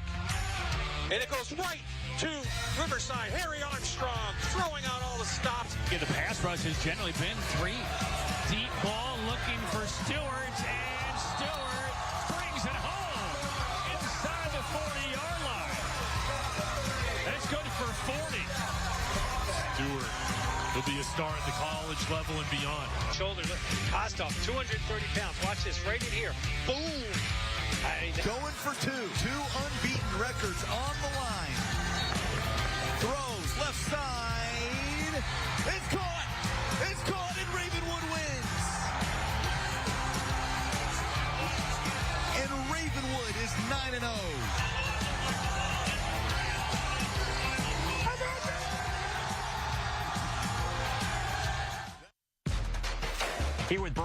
Liberts, Senior Vice President of Anderson Brothers Bank. Thanks for taking the time to join us today. Just talk about what Anderson Brothers brings to the table and just your commitment to the community. Yeah, being locally owned, one of the things we consider locals helping locals, neighbors helping neighbors. And as part of that, all these kids that go to all the different school systems throughout our footprint, it's very important to us to be part of the community. And so with them being a part, we love supporting the schools throughout the area. And one day these kids are going to, graduate and, get their first home loan, their first car loan, their first business loan if they stay local. And it means the world to us that they would think of us to do something like that. And what's it mean, just real quickly, to be a part of Friday Night Rivals? I've got kids in school right now and in high school, and so they love that. They get all fired up on Friday nights, and so, we do, and the employees have a little rivalry, Myrtle Beach versus Anner versus Conway, or, St. James, different areas, Georgetown. So it's just fun to know that the whole community is involved in that. Appreciate your sponsorship. Thank you very much for your time. We'll be back with more from the A&I Fire and Water Restoration Halftime Report. Hello, everybody. I'm Cecil Chandler, and it's that time of the year when a lot of families are looking to buy a new car. You can lease a 2024 Elantra for $199 for 36 months. How about the 2024 Sonata with leases starting at $249? Remember, here at Myrtle Beach Hyundai, we've got deals that'll make you smile. Hey, everybody. Jim and Robert out here at Myrtle Beach Hyundai. Football season's already here. Cannot believe it, man. Hey, 25 years out here at Myrtle Beach Hyundai and going strong. Hope to see you guys at the dealership. Come see us. When it comes to world-class orthopedic care and sports medicine services, CMC Orthopedics is with you every step of the way. Our team of highly skilled, board-certified orthopedic physicians specialize in a wide range of musculoskeletal problems with both non-surgical and surgical treatments. With a comprehensive range of services and cutting-edge technology, CMC Orthopedics helps your family live happier, healthier lives. CMC Orthopedics, medicine in motion. No one likes a dirty diaper, including us. Diapers, syringes, needles, and other sanitary products should never be recycled. These pose a risk to our workers. Taking the extra step to make sure these items are disposed properly is a simple way to help aid in making our planet cleaner. Visit www.solidwasteauthority.org or www.recyclerightsc.org for more info on how to recycle right, South Carolina. Robinson Community College, your source for higher education and short-term training needs. Offering accounting, basic law enforcement training, cosmetology, criminal justice, cybersecurity, electrical systems, EMS, HVAC, mechatronics, medical office administration, respiratory therapy, radiography, university transfer, video gaming and simulation, welding, and more. Online and face-to-face instruction available. Learn more at robinson.edu. Aprende inglés gratis en RCC. This is the A&I Fire and Water Restoration Halftime Report.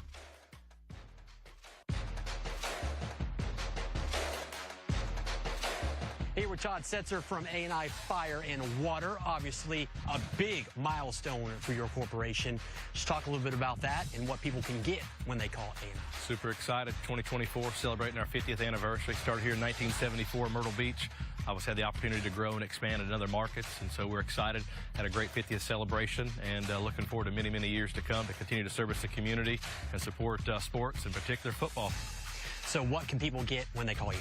They can get 24/7 emergency response. So we're 365. We do disasters, so everything from toilet overflow, roof leaks. Obviously, you go into the larger scale stuff from larger fires, natural disasters, some of the flooding that we've experienced in our areas. But no matter what, you're going to get a live person, 365, and someone to give you good service and walk you through the process. I appreciate it. Thanks for everything. Thanks for being a part of Friday Night Rivals. Thank you.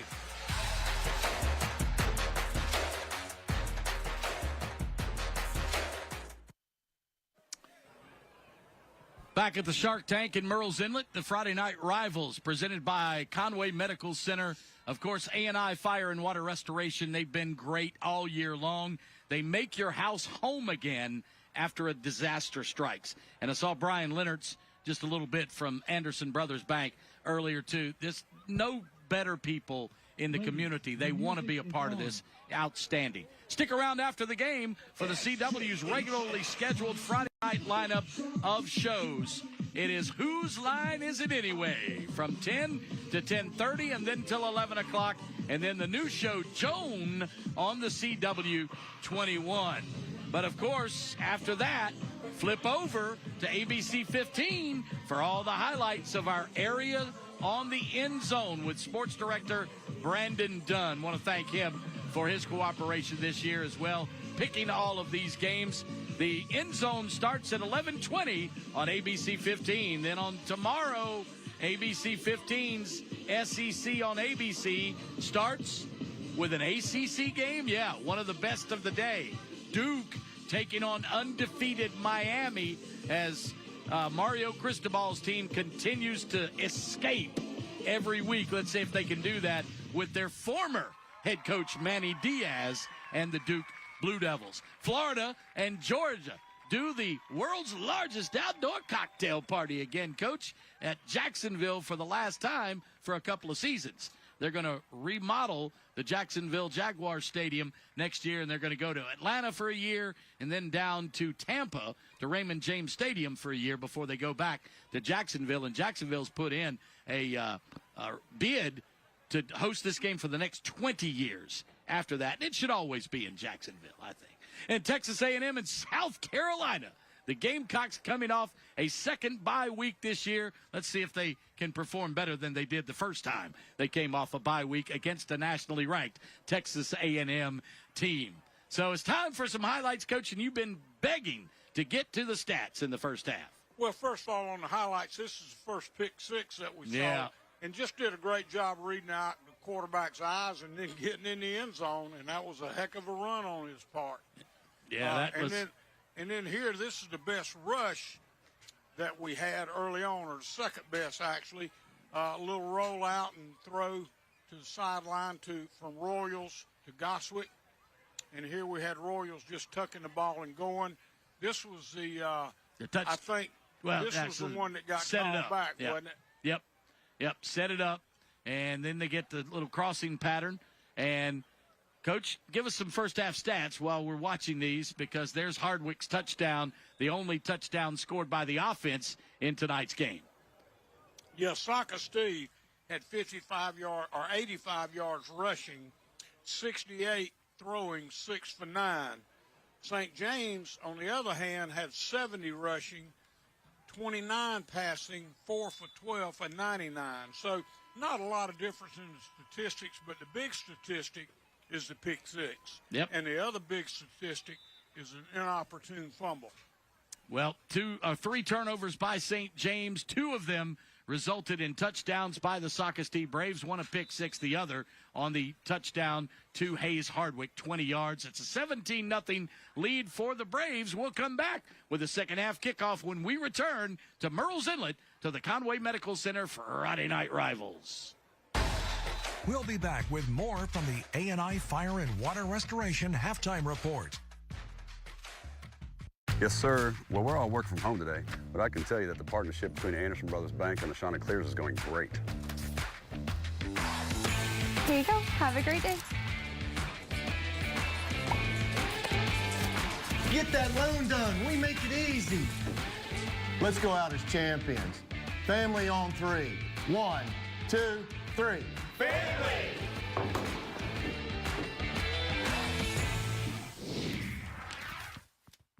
If you've been hurt on the job, don't count on your employer's insurance company to do what's right. They may deny some of your benefits, leaving you stuck with the bills, or force you to choose between working hurt or getting fired. Call the Joy Law Firm. We're one of South Carolina's most experienced workers' comp law firms. Let us fight for the workers' compensation benefits you deserve. Because your claim matters, just call Joy. 843-215-3100. Bad things happen sometimes. Fires, floods, hurricanes, broken water pipes, exploding water heaters. It can really, really mess up your home really bad. That's why moms and dads have been calling A&I for over 40 years. 40 years! They get it fixed. Fast. Really fast. My mommy said they made our house a home again. And mommy always tells the truth. A&I Fire and Water Restoration. Restoring more than just your home, restoring your dreams.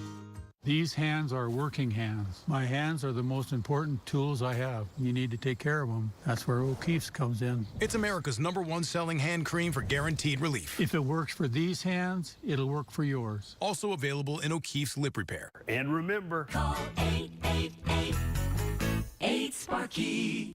Welcome, everybody. It's Throwbacks with Matt Leinart and Jerry Ferrara. And it is glorious. It is a glorious hour. You just rocked my whole world. I don't even know if I could complete the show, to be honest. We had to start off with a bang, man. This is Throwbacks. Let's go.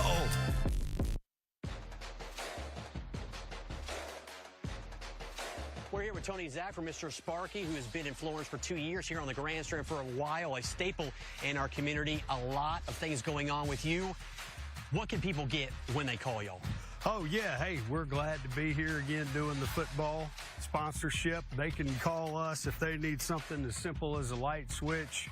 We're doing a lot of solar repair now, so we don't do any installations, but we've been repairing a lot of solar installations and anything from an EV charger, a whole house wire, rewire, to generators, surge protection, you name it, we can do it. We're mainly residential, so love being in the community and helping everybody out. Well, I know you've been a sponsor for a long time, and we appreciate it. You're one of the best, my friend. Yeah. Thank you very much. Enjoy being here. All right. Well, another great one right here to help out on Friday Night Rivals.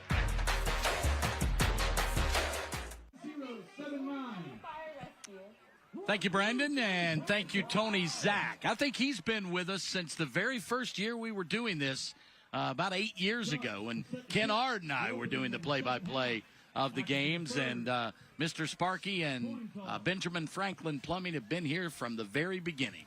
So and, you know, one thing I've noticed about Tony Zach is he's getting better and better on the air every time. Yeah. So he's really... He's a broadcast veteran now. And he really does a good job with his advertising. Well, and we appreciate him helping us out in Florence as well on my morning radio show on ESPN Radio, 96.3 FM, AM 1230, 93.7 HD2 throughout Eastern South Carolina and worldwide at thepressboxradio.com from 7 until 10 a.m. each weekday morning. The second half kickoff is out of bounds by the Sharks, so the Braves will have it 1st and 10 at the 35. Now, last 30, it'll be brought out to the 35. I'm learning, Coach, as we go. I'm coachable. Well, I'm coachable. I appreciate that, Al. Paul Gable laughs at that because he knows better. Yeah, you know, it's going to be interesting. Again, I love to see teams come out in the second half and look at what they change. And defensively, I don't think you're going to see a whole lot change. They're going to stick with their 3-4 defense and just try to put pressure from the edge. I think they'll continue to change up in the secondary as they have been doing pretty much all night. And they've gotten a lot of output from the inside, particularly Hayes Cochran.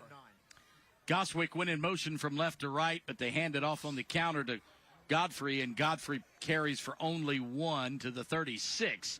So it's 2nd down and 9. Godfrey in the backfield with Christian Royals. Single back pistol, trips to the right, 1 to the left. That's the boundary side. They roll that way, and Royals gets away from one tackler, squirts ahead to the 40. So a 4-yard pickup is going to bring up 3rd down and 5. Yeah, and the biggest, what we had a man coverage into the boundary then.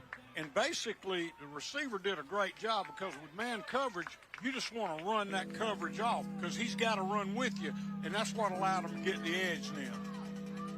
So 3rd down possession this year, conversions only 29% for Socastee, and that number's going to go down as they throw incomplete on 3rd down, and they'll have to punt it away from their own 40-yard line. Yeah, and you know, that looks like a catchable ball, but the bottom line on that play, it is tough when you're moving one direction and that ball's behind you. And you know, that was the first target tonight to Hayes Weaver. So yeah, and again, that was a tough catch. Yep. It was behind him a little bit, and his Royals, momentum is going the other way.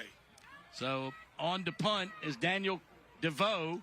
He does all the kicking, punting, place kicking, the whole 9 yards. He gets a little bit of a rush, and he gets a big one away, and a fair catch is called for and made at the 25-yard line. And I tell you, Alan, anytime you can flip the field like that, that's welcome. So the return, Hunter Spurlin calling for the fair catch. And I think they're going to mark the football just outside the 25. So 1st and 10, St. James for their first possession. Again, they only average 15 points a game this year, and they haven't even sniffed one tonight. Yeah, you know, they were in position a couple times and then kind of shot themselves in the foot. Trips to the left, one to the boundary side right, and whistles before the snap. So it's going to be, it looks like a false start penalty against St. James. Or now the Sharks are saying that Socastee was offside. They were. Encroachment is going to be 1st and 5. So Socastee wanted to get a head start. Boy, you're talking about an easy down to make a play call. 1st and 5 is a good one, baby. You like that at the 31. Braves in the all-white with the black helmets and their number on the side of the helmets. The give is to the tailback, and he's caught from behind. Pulled down, nice tackle on the play. I thought he was going to get a horse collar on that, but he had his jersey, and it was a little bit below where his collar is, and that was Roger Siegel on the tackle then. You can see right there he clearly had his jersey. And Spiegel pulled him down from behind, and it's he did gain about 3 on the play, so it'll be 2nd down and 2 after the 5-yard penalty against the defense, and they hand on the counter, and that's going to be a 1st down by Frank Glover, his first carry tonight. He's the power back. And, you know, their approach so far has just been they work width, and then right up the gut on 3rd and medium. And, you know, they've committed to throwing the football right here, I think, or to running the football. Running the football. Frank Glover, who averages 3.3 yards per carry, has only carried it 21 times this year, but when he needs to pick up the 1st down, he got it. And Glover again carries for 7 to the 45. So he's giving Graham a break. Yeah, and that was a strong run then on his part, Alan. He made contact about 3 yards into that run and turned it into a 7-yard gain. His longest run this year is 8 yards, so he's just one short right there. There you go. So 2nd down 3 as Glover stays in the ball game. Behind quarterback Alex Sant. Sant takes the snap, fakes to Glover, rolls out to his left, throws down the field on a crossing pattern intended for Harnish, but it was incomplete. Harnish reached out for it, but just a little bit slippery for him. Yeah, and that's a tough throw to make. He came back, he rolled to his left and came back and tried to throw a layer route at about a 12 to 15-yard depth. And that ball's got to be thrown with a little bit of touch. So a long 3rd and 3 here after starting 1st and 5. Yeah. So single back pistol. Braves feign blitz. They hand off to Glover up the middle, and Glover barrels his way for another Myrtle Beach Hyundai 1st down. Reminds me of the old fullback said, Coach, if you need 2, I'll get you 3. If you need 4, I'll get you 3. Yeah, and I thought he did a great job then because he really got contact prior to the 1st down, but turned it into a 1st down. So he got the 1st down at the 49, 1st and 10, St. James.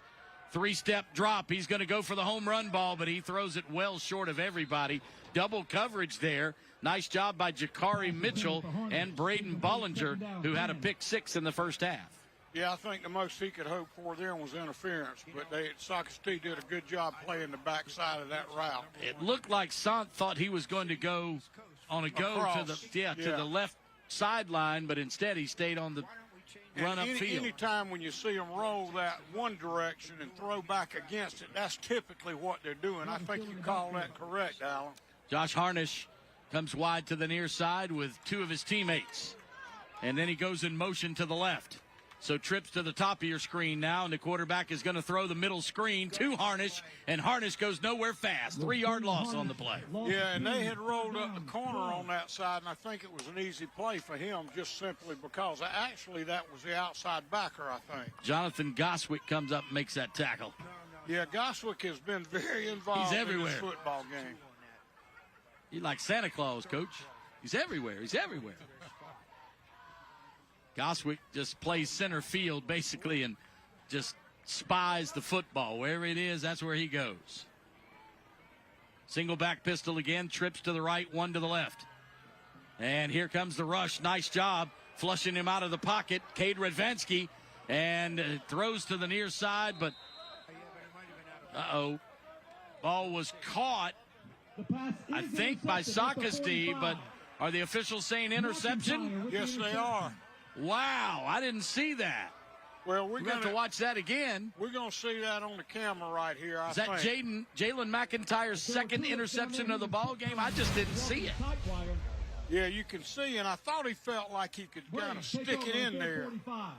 Yeah, we had it was deflected that's right into his arms. From the deflection. Yeah, we had the St. James sideline. All the players deflected our vision of the play.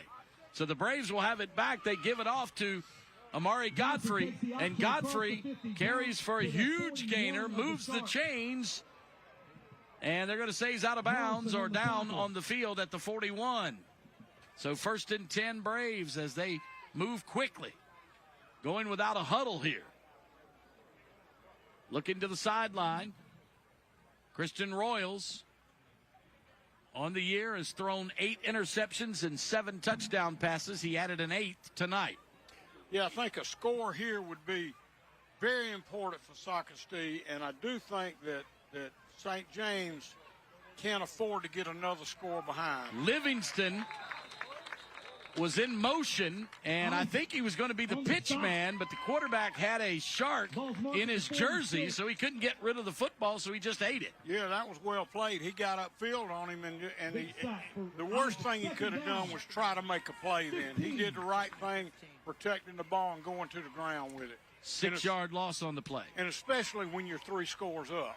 We'll call it a 5-yard loss, 2nd down 15. So ball back at the 46. Quarterback takes it, rolls to his left, throws the out pattern intended for Hardwick, and Hardwick out of his reach. It's going to be 3rd down and 15 after the sack. That is the 15th sack of the season by a Brave quarterback. Well, and I think the pressure put on Goswick, the pressure is what made that play then. Yeah, he had to get rid of it in a hurry. He was on the run. 3rd and 15, extra long here. Braves come in with a 3-5 record, 1-2 in the region, the Beach region. That's 5-5A, and here's an underneath screen to Goswick. Goswick trying to get it all himself. He's going to be knocked out of bounds short of the 1st down marker by about 4 yards. Make it 5 at the 33, 34. And I think he put him in. I think he put him in range right here. He did a good job getting up the field with that one. He put him in range to get a 1st down because we're looking at 4th and 3, and that's a very doable yardage. And they're kind of in no man's land here. They can't kick it. Yeah. Can't kick a field goal. Probably kick an end zone and gain 12 yards. Why not go ahead and take a shot at it? So it's 4th down and 3. Ball at the 32. And a nice pitch out to Amari Godfrey. Godfrey looks for the corner. He finds it, and he picks up a Myrtle Beach Hyundai 1st down inside the 25. Yeah, and I've been impressed with Godfrey. He runs with a lot. He's kind of built. He's got a lot of strength in his lower body, I guess is the best way to put it, and he's showing that when he runs the football. And we got a Socastee player down, so we'll take a timeout with him on the field. We are in the 3rd quarter, and the Braves are driving with a 17-point lead on the CMC Friday Night Rivals. When it comes to world-class orthopedic care and sports medicine services, CMC Orthopedics is with you every step of the way. Our team of highly skilled, board-certified orthopedic physicians specialize in a wide range of musculoskeletal problems with both non-surgical and surgical treatments. With a comprehensive range of services and cutting-edge technology, CMC Orthopedics helps your family live happier, healthier lives. CMC Orthopedics, medicine in motion. You know, there's millions of people without the health insurance they need. You deserve something better and better. Plans as low as $0 out-of-pocket premiums, local doctors, and rewards for healthy choices. That's why we're America's #1 marketplace health insurance. And better health, on a mission for better.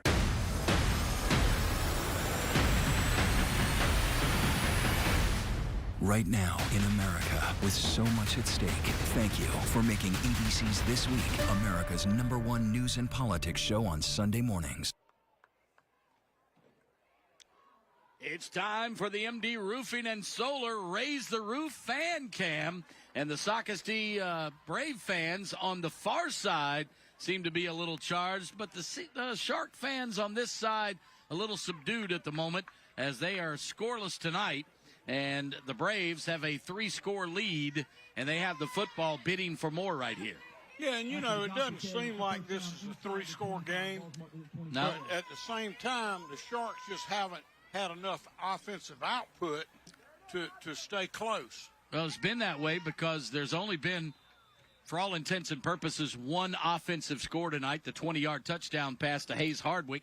We had a 42-yard field goal and a pick six. Yeah, and that's a good point, Alan, because really St. James has played pretty well on defense. Defensively. They haven't given them anything cheap, and they've been pretty consistent. MD Roofing and Solar is building a legacy, one roof at a time. Got a man in motion to the near side, sets up in the slot. That's Ryan Goswick. Make that Jonathan Goswick. The quarterback is flushed out of the pocket. He goes to the boundary side right, and he's going to be pushed out of bounds on 2nd and 9 after a 5-yard gain. It'll be 3rd and 4. So, again, the Sharks defense being asked to hold Socastee because this would be a very difficult field goal from this distance. Yeah, and I think what the quarterback was actually doing there, he faked that pitch left, and then he had a lead blocker on the right.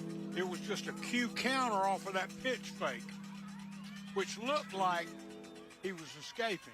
Amare Godfrey to the left of Royals. He's got a man in motion. He fakes to Godfrey, throws it across the middle. It's incomplete, but we got a flag down as the receiver ran into the back of the defender.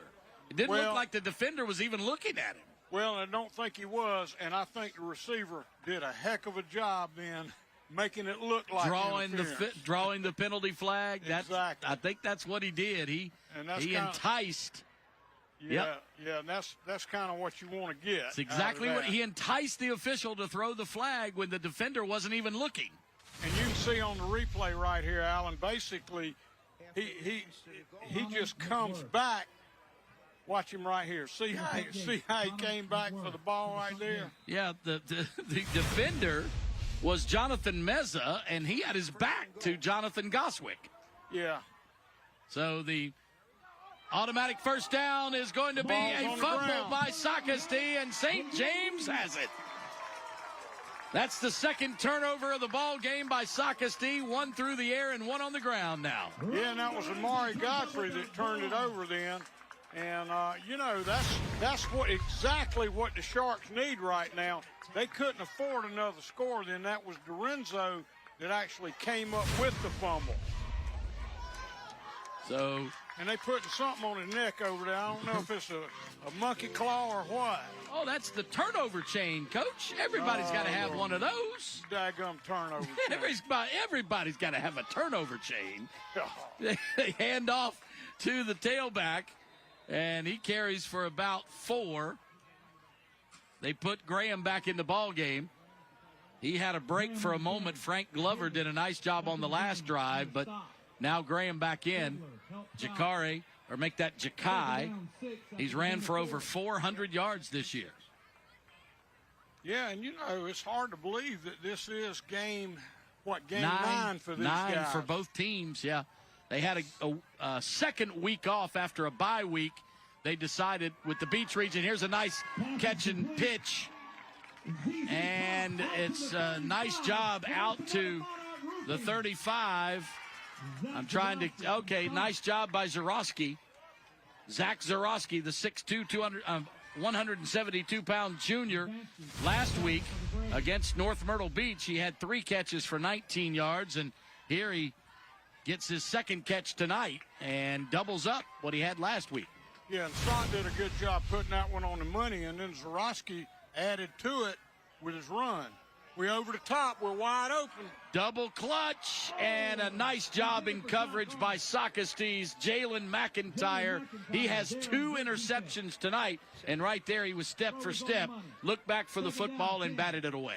Yeah, and this bar in this got in my way because I couldn't see the defender, and I thought he was wide open, but it's actually really good coverage and did a good job using his hands as well once the ball's up. Yeah, the receiver had the ball in his hands for a moment, and McIntyre batted it out of there. Yeah, and what you got to do as a defensive back, once you're in that position where you're not seeing the ball, your point of focus needs to be the receiver's hands, and you watch his hands. When they go up, then your hands go up with him. Ja'Kai Graham carries for maybe 3. We'll call it 3rd down 7 for the Sharks. And, boy, they need a first down in a worse way here. Yeah, they really need to get a score in and get into a score-and-a-half game, and then it's a new ball game altogether. Need to get the football to the 45-yard line. It's at the 33. 3 receivers to the field side right, 1 to the boundary side left. Single back pistol. Here's the play action. He's going to go deep, and he's got a man open, and he overthrew him again, but that would have been another 6. Twice tonight he's had open receivers that would have gone to the house with it, but Mitchell was about 1.5 yards behind the intended receiver, Zarowski, and Zarowski could not catch up to it. But he's had open receivers tonight, just not been able to connect. And there's Tommy Norwood with his head down a little bit saying, hey, we're getting what we want. Got to make those plays. Yep. And he's called a good game, but it's got to be executed as well. All right, here's the punt, and it's blocked. It's blocked.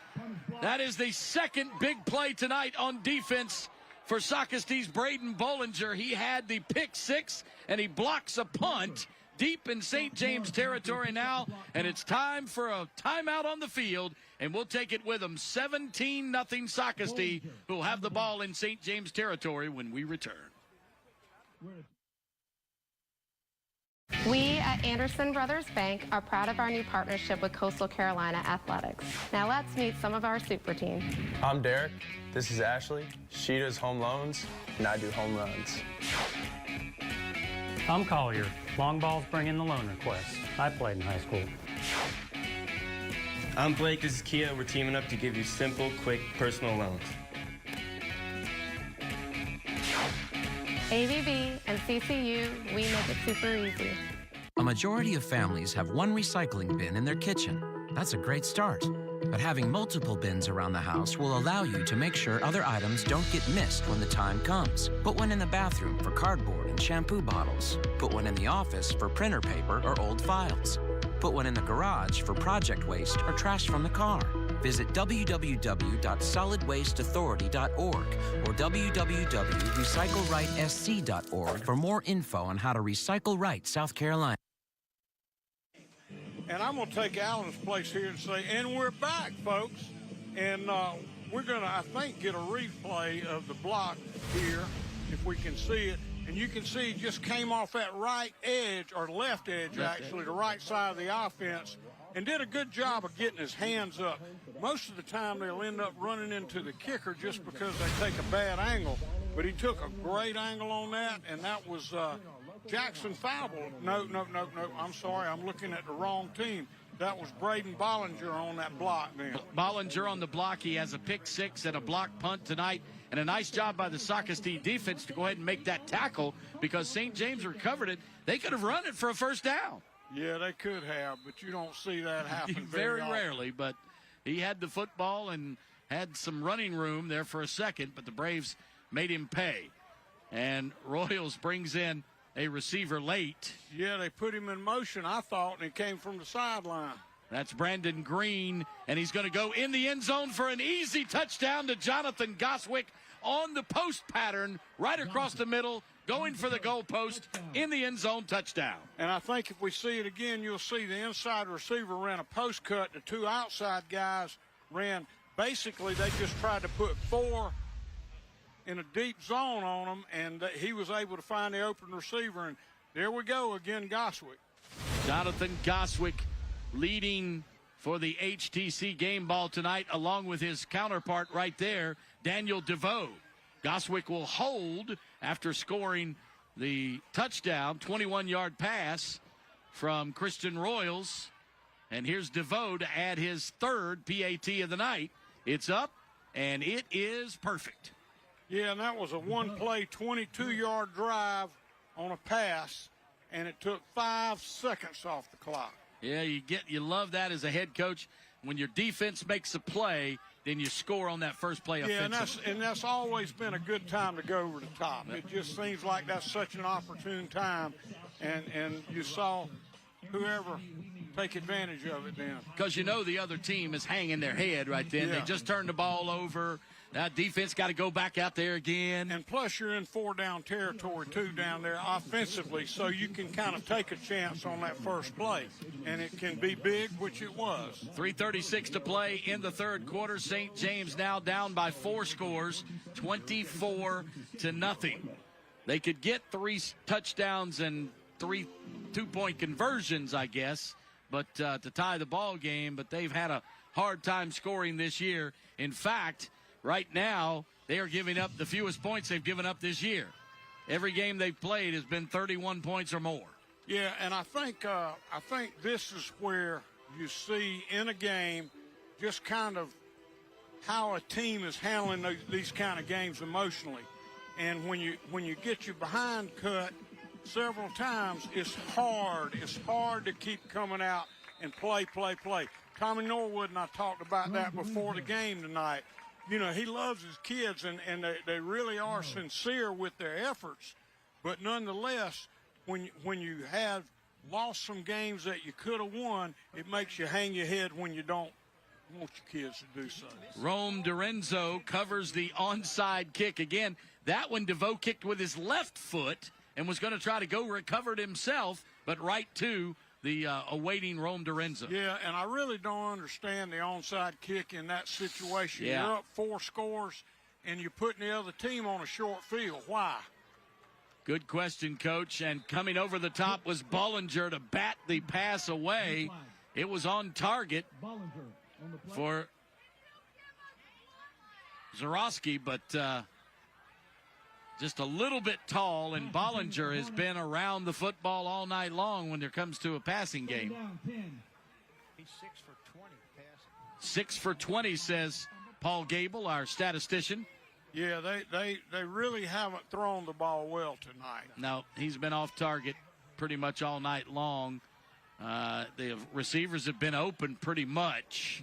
And right up the middle, Graham is bottled up right at the line of scrimmage. Whistle blows, and first man to hit him for Socastee was Roger Spiegel. Spiegel had a big tackle earlier. Spiegel's not on our 2 deep, but he's made a couple of big plays tonight for Socastee. 3rd down and 10. Incomplete pass, and then a stop at the line of scrimmage. 3 receivers to the boundary side right. And, you know, Alan, when you're in Socastee's shape right now, what you want to do is make sure you keep everything in front of you. Quarterback rolls right, throws back left. He's got Zarowski. Zarowski makes the catch at the 30. Cuts it away from 2 defenders at the 25, down to the 20. 1st and 10 in the end zone for the home team. Yeah, and I just was getting ready to say you want to keep everything in front of you, and that really was. It was not poorly defended. He just came back and made a great play on the ball. What a catch by Zarowski. He waited on the football, made sure he made the grab, and then picked up 10 more yards. Yeah, and anytime you have to redirect like that, it's not an easy catch. So this is the first time that St. James has been in the red zone tonight. And the pass underneath, tunnel screen to Aiden Smith. Smith picks up 4. So it'll be 2nd down and 6, just outside the 15. And what you got to understand, we still got a lot of football to play here. 2 minutes and 20 seconds left in the third, so that's at least 14-plus minutes of football. And yet time is of the essence for St. James. Yeah, they need to get in the end zone. Get in the end zone in a hurry here. Trips to the field side left, one to the boundary side right. They hand off to Glover. Glover up the middle to the 10. He's their pounding back. He carries Let's see if they move the chains. If they do, it'll be 1st and goal. But I think he's going to be about a half-yard short. Which isn't bad. Actually, the football's beyond the 10-yard line, so that makes it 1st down. But they just dropped the chains because it's 1st and goal at the 9. Zarowski goes to the far side. Out there with him is Elijah Ochoa, but they go up the middle to Glover again. Glover inside the 5 to the 4. Maybe even give him the 3, so a 5-yard pickup. 2nd down and goal from the 4-yard line. And, you know, we've seen some sparks on the part of the Sharks, but it just hasn't been consistent until this drive. Most of their best plays have been on the ground, too. Yes. And Glover stays in the ball game. They fake to him, but throw the underneath screen. That pass is caught, and he is tackled right as he makes the catch. Jonathan Meza. Yeah, and when you dance out there in space, the cavalry is coming, baby. Yeah, and they stopped him right at the line of scrimmage. Actually, a 2-yard loss on the play, so it's going to be 3rd down and goal from the 7. 3rd and goal from the 7-yard line. And the Sharks, now they're bunched up. Ball on the left-hand hash. 3 receivers to the field side right. Single back pistol, looking in the end zone. He throws that way over the head of the intended receiver.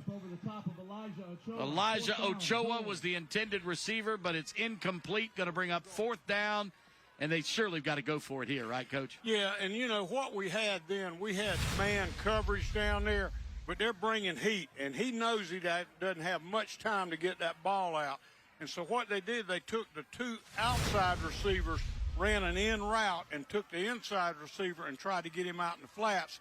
But the defenders did a great job of coming over the top of things and making the play on that ball. I'll tell you, the Sharks keep targeting Bollinger on defense, and Braden has made them pay a couple of times tonight. They're going in the end zone, the fade pattern. It's caught, touchdown, St. James. What a nice job. The quarterback looked everybody away by going right and then threw back to his left into the end zone to Hunter Sperlin, and his mama is sitting here right in front of us. Mama and Daddy, Miss Sperlin, congratulations. Touchdown for baby boy Hunter. And that's just what the Sharks needed. Now, this is the opportune time for an onside kick. The others I wasn't so sure about. Well, everybody's giving Zarowski the congratulations, so it may have been number 2 instead of number 11 who made the grab. I thought it was definitely Sperlin, but Zarowski has been the guy that they've targeted all night long. And that is the first score of the ball game with just 36 seconds left in the 3rd quarter. And it was an impressive drive. It was a 9-play, 53-yard drive. I'm just upset with myself, Coach. When I'm making faces, I'm upset that I made the bad call. I thought you were trying to be the boogeyman. No. I'm mad that I called Sperlin instead of Zarowski. I should get it right. We're on TV. You got to. Everybody can see it. But Socastee holds a 3-score lead, though, 24-7, as the extra point by Woods Herring was good. That is his 13th extra point of the year. He's 13 of 15 now. And I think what you're going to see Socastee do is get in what we call an onside kick recovery formation. They're going to put probably 6 or 8 or 9 guys up within 10 to 15 yards of the football, because what St. James is going to have to do is get a couple onside kicks to get back in this ball game. I was going to say, Socastee has run the onside kick the last 2 times they've kicked off. I expect St. James to return the favor. Yeah, well, and it's definitely needed right now, and they do, and Socastee does a good job recovering that thing and getting on the ground with it. That was Michael Kegler, number 21. Yeah. You holding that thing up. I know. I'm trying to get you. I'm giving you I'm your spotter. Yeah, but it's about 10 feet away, and you expect me to read that Greek you put on there. Kegler gets the football for the Braves at the 47-yard line. They'll have it 1st and 10. put the Good Hands crew up there, the All-State crew right there up front for Socastee, and they've got a single back pistol. Royals rolls to his right, fires across the middle. It's caught. And Socastee now on the move in St. James territory at the 38-yard line. You know, a little bit surprised with that play call. It was just a curl out, which is a pretty safe route. But with a 3-score lead, and that went to Brandon Green, but with a 3-score lead, I'm going to try to burn as much of the clock as I can at this point in time. Absolutely. I would let the clock run out right here. I wouldn't even attempt another play with 11 seconds to go in the third quarter and up 24-7. And I think Coach Henderson is going to do just that. Yep. And he had 18 seconds on the play clock. With Ben Hampton up here in the press box with us and Chuck Henderson on the sideline for the Braves making the call. They let the clock run out on 3 quarters, 36 minutes in the book, 12 to go. When we come back, Braves in front, 24-7 on the CMC Friday Night Rivals. Bad things happen sometimes. Fires, floods, hurricanes, broken water pipes, exploding water heaters. It can really mess up your home really bad. That's why moms and dads have been calling A&I for over 40 years. 40 years! They get it fixed. Fast. Really fast. My mommy said they made our house a home again. And mommy always tells the truth. A&I Fire and Water Restoration. Restoring more than just your home, restoring your dreams. Leaving a legacy is about reaching the end of the track and making sure there's room for new things coming. The old values that built what started stay strong, while new hands take charge. MD Roofing is a house built on generations. That's what makes us strong. So you can trust us to keep your house strong too. We're MD Roofing, and we're part of your strong house. Hello, everybody. I'm Cecil Chandler, and it's that time of the year when a lot of families are looking to buy a new car. You can lease a 2024 Elantra for $199 for 36 months. How about the 2024 Sonata with leases starting at $249? Remember, here at Myrtle Beach Hyundai, we've got deals that'll make you smile. Hey, everybody. Jim and Robert out here at Myrtle Beach Hyundai. Football season's already here. Cannot believe it, man. Hey, 25 years out here at Myrtle Beach Hyundai and going strong. Hope to see you guys at the dealership. Come see us. HTC is here to connect you to the things that matter most in your life by providing the area's largest fiber optic network to help you catch up with family. Check the weather for your morning stretch and set the stage for a night in with friends. Because whatever you're into, HTC Internet is here with the largest fiber optic network to connect you to what matters most. Take advantage of these great offers and learn more at htcinc.net today. Your Weather Authority forecast weekday mornings on Good Morning Carolinas. St. James Sharks cheerleaders here tonight at the Shark Tank.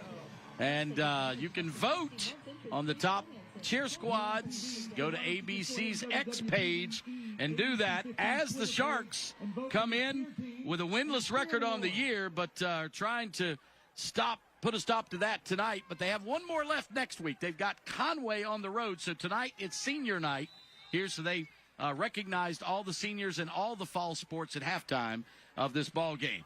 Here's a pitch out to Amare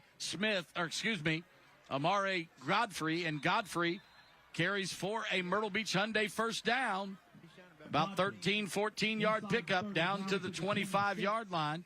And what the quarterback does on this particular play, Alan, as soon as he takes the snap, he gets his eyes on that defensive end. If he comes upfield like he does, he kicks it out right now, and that's just a lead option. That was a quick pitch, and it makes it easy. Yards. It makes it easy on the quarterback when you do attack him like that because he can get it out now. Man in motion is Goswick. They're going to they fake to him. And so quarterback option, and we get a late penalty flag coming in right in the middle of everything. And, you know, Alan, we hadn't seen a lot of, it seemed like, unusual penalties. I think the game's been well called for the most part. Mm-hmm. A face mask, it looks like, against St. James. So that's going to add to the gain for Socastee, who started the year with 2 losses to Wando and Dillon, but then righted the ship against Ainer. Then had back-to-back actually they went back and forth for a couple of weeks. Stratford, a loss on the road. Loris, a win at home. That was a surprise win for the Braves against a very hot Loris Lions team. Then lost 2 and then beat Conway last week 10-0 to secure their spot in the Division II 5A playoffs in 3 weeks. Here's a pass into the corner of the end zone. It was a face guard by the St. James defender, but no flag, so they're going to say excellent coverage. I certainly thought we'd get a flag on that one. I did too. He was trying to stop and come back to the ball, and the defender just ran through him pretty much. I feel like right there. That was Glover. Yeah, I felt like probably should have seen some. I thought so too, but it could have gone either way. But the reason he didn't look back for the ball, and there's another pitch out quickly, and this time it's going to be Godfrey inside the 10-yard line, and Hayes Cochran is upset that he didn't get help right there. Yeah, and Socastee's found a little honey hole. What they're doing, they're drawing that end in and just kicking the ball out quick, and the secondary is not able to get up there quick enough to play the option.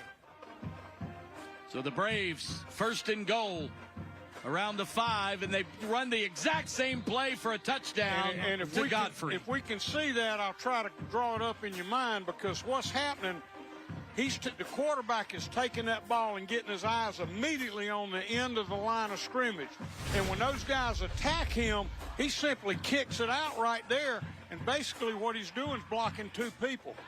And that's what the option does for you. Number 6 goes for 6 from 6 yards out. And now we've got DeVoe on for the extra point to make it a 24-point game again.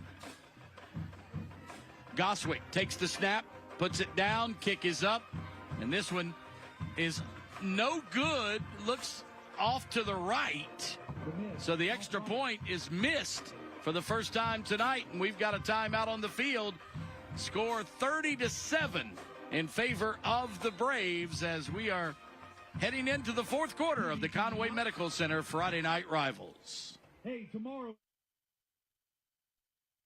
When it comes to world-class orthopedic care and sports medicine services, CMC Orthopedics is with you every step of the way. Our team of highly skilled, board-certified orthopedic physicians specialize in a wide range of musculoskeletal problems with both non-surgical and surgical treatments. With a comprehensive range of services and cutting-edge technology, CMC Orthopedics helps your family live happier, healthier lives. CMC Orthopedics, medicine in motion.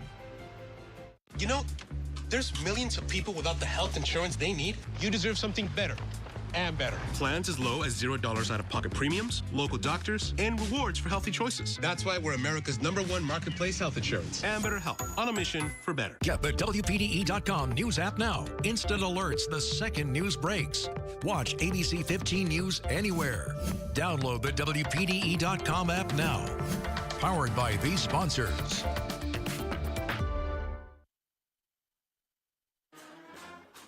And that last play from Socastee, I think, was an impressive drive. It was a 5-play, 53-yard drive and a 5-yard touchdown run. But the key to it was they found a honey hole and they stuck with it. Yeah, if they can't stop it, keep running it. And that's what they did to Amare Godfrey. And that quick pitch got him all the way down. And then a 6-yard run for 6. Extra point, no good, so it's 30-7, 11:04 to play.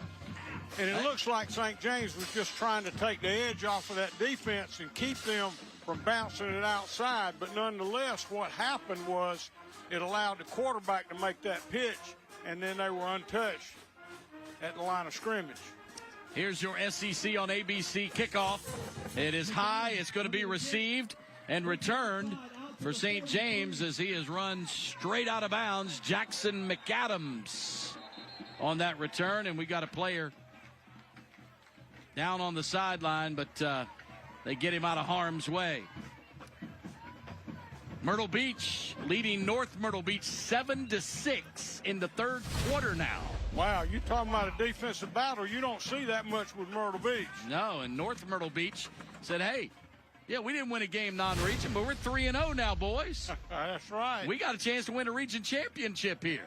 Hey, you got a chance to win the state championship because it's all still game. That's right. Socastee, North Myrtle Beach appear to be road teams in the first round of the Division II 5A playoffs. Myrtle Beach will be a home team in the first round of the Division II 5A playoffs. And Carolina Forest looks like they're either going to get a bye in the Division I 5A playoffs, or they could have a first-round game there as well. Carolina Forest is leading Conway 21-0. You have some scores, Coach? Well, the score I'd like to be at's that Myrtle Beach, North Myrtle Beach game. I imagine there's a lot of contact going on there. When you look around the state, Sumter leads Westwood 37-14. And that's always, they've been in our region for so long, I can't help but follow them. And then from there, you get into some things that I don't like, and that's some college football being played tonight. We got an offsetting penalty, 2 unsportsmanlike conduct penalties against each team. I told you this might get a little chippy, but not as bad as it was in the first half. And you talking about getting upset and mad as a coach. That's when you get mad, when they start doing that stuff and just out of frustration. You got to learn to control that. It looks like the Hartsville-South Florence game, it was Hartsville was, a 3-score lead at one time, and they've come back, and it's a 1-score lead now, 6-point lead, actually, in the fourth quarter. So that'll be interesting to see how that finishes up. Loris is shutting out Ainer 21-0. Nice little out pattern to Ravansky. Zarowski. Zarowski makes the catch, and he's out of bounds on the near sideline after a gain of about 7, so it'll be 2nd down and 3. And Dillon is just rolling up Georgetown with a half a hundy right now, 50-0 in the third quarter. That sounds like a basketball term. It does. Half a hundy. Yeah. Oh, you'll say half a century? Here's a rollout by Sant. Sant is trying to break a couple of tackles, and he gets out of bounds close to the first down stick, but I think he's going to be a yard short. It'll be 4th down and 1. Yeah, and do you go for it here? Boy, that's a tough call to make. You got to, don't you? Well, if you're gonna get back in the game at all, you got to. You would like to think that he could have maybe gotten a little bit more right there, but it's kind of hard to tell where you are on the field when you're trying to avoid defenders. Trips to the field side, 1 to the boundary. He gives it off to the tailback. He's got the first down and a whole lot more into Socastee territory at about the 46-yard line. That is a 15-yard pickup for tailback Jakari Graham. And that was a big pickup for him. And I would have gone for that up here in the box. Not sure I would have on the field. Jakari Graham gets the first down and the pass as they go for the home run ball. And Sant. Sant has just been a little bit long on his deep balls all night long. Yep, he's just been a hair off. Yeah, I think he probably had too many Cheerios before he came to this game. Ate his Wheaties today, huh? So I want to say good evening to a good friend of mine, Ryan Reynolds at Tire World in Socastee. They've been working on my cars the past couple of days. Have done a phenomenal job for me, and they said they'd be watching in tonight. Everybody at Tire World, so thank you. Yeah, but my guess is that you hadn't gotten your bill from Tire World Oh, yet. I did, believe me. Somewhere in the neighborhood of about $800 the past 2 days. So, and then I got stiffed for an $800 insurance bill today, too, so wasn't a good day for the bad guy. Here's a long pass that is caught on the sideline by St. James, and that one was dropped in the bucket perfectly. That was the best throw I've seen tonight out of either quarterback. He had good coverage on him. There was one place he could put that ball, and he put it there. And now I can say to Mama Sperlin, Congratulations, your boy. Come up with a big catch right but look here. Look at the adjustment he makes on that ball then. He kind of kept his body up against the defender and allowed the ball to come in over his left shoulder. Yeah, that's one of them backside shoulder throws. Nice by Sant, and an even better tackle in the backfield by middle linebacker Daniel DeVoe. You know, we've called DeVoe's game a good bit tonight, haven't we? Yes, we have. He and Jonathan Goswick are neck and neck right now as Socastee has a player down. Yeah, somebody's on for that HTC game ball. And we've got a timeout on the field. So I want to say thank you to Conway Medical Center. Compassionate care you can trust.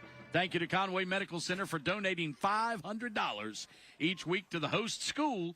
And tonight's total came up to $5,000 as they handled a $500 check to the athletic director, Colin Leggett, for the St. James Sharks.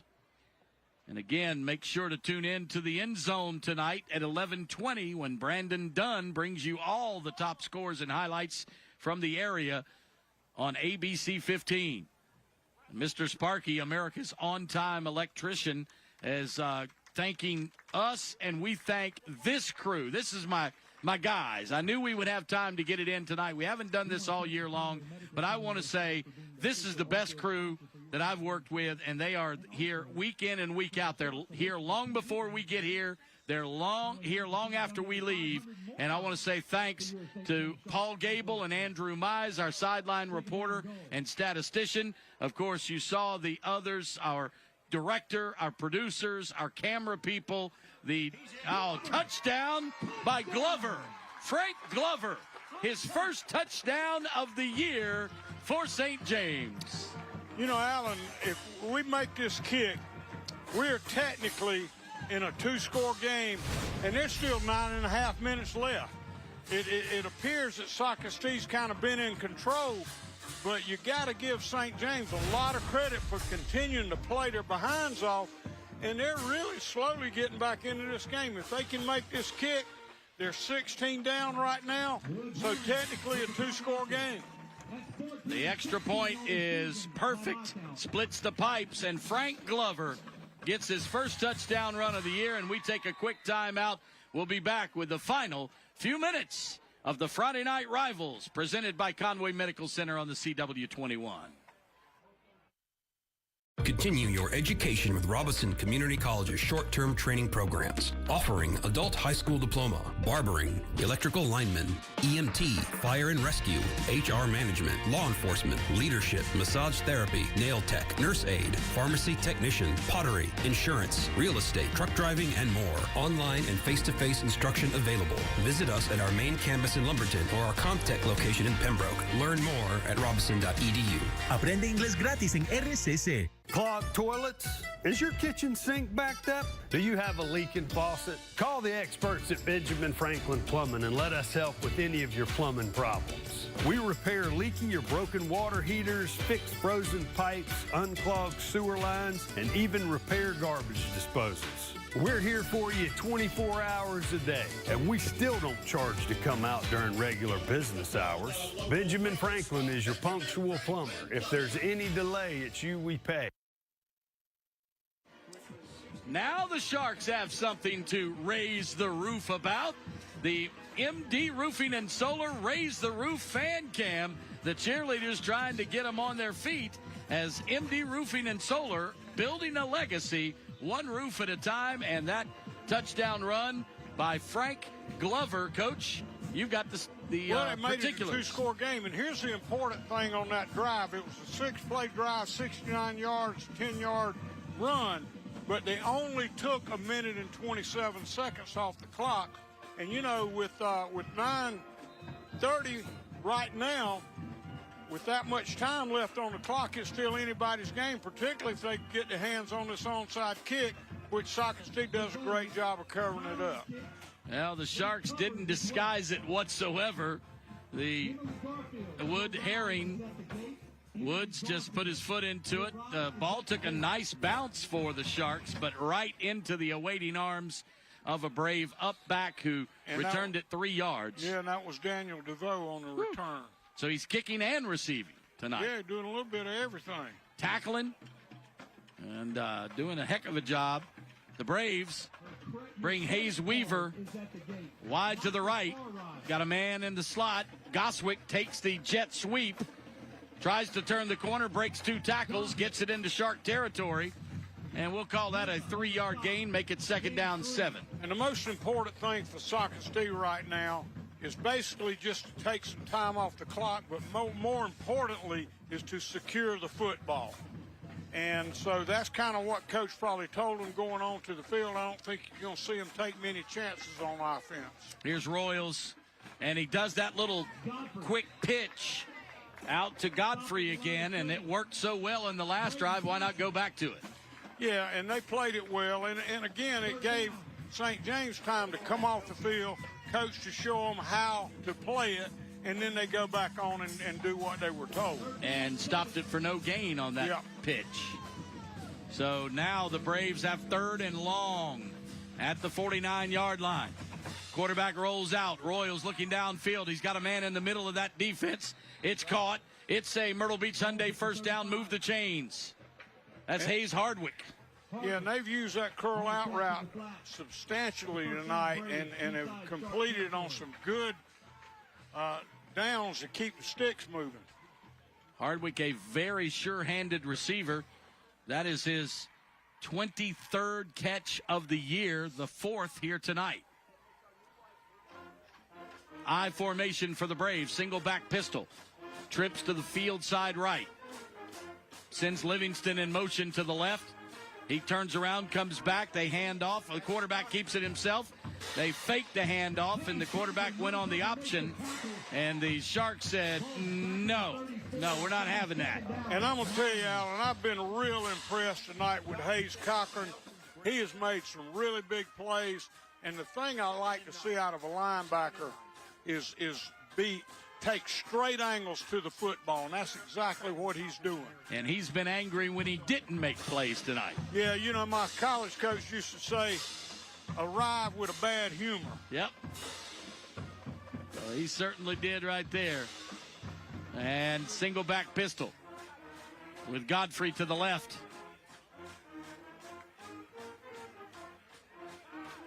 Royals throws it across the middle. Pass is caught again for Socastee on that post pattern, little skinny post to guess who? Jonathan Goswick. Yeah, and they're just taking those outside receivers and trying to widen the defense in the middle.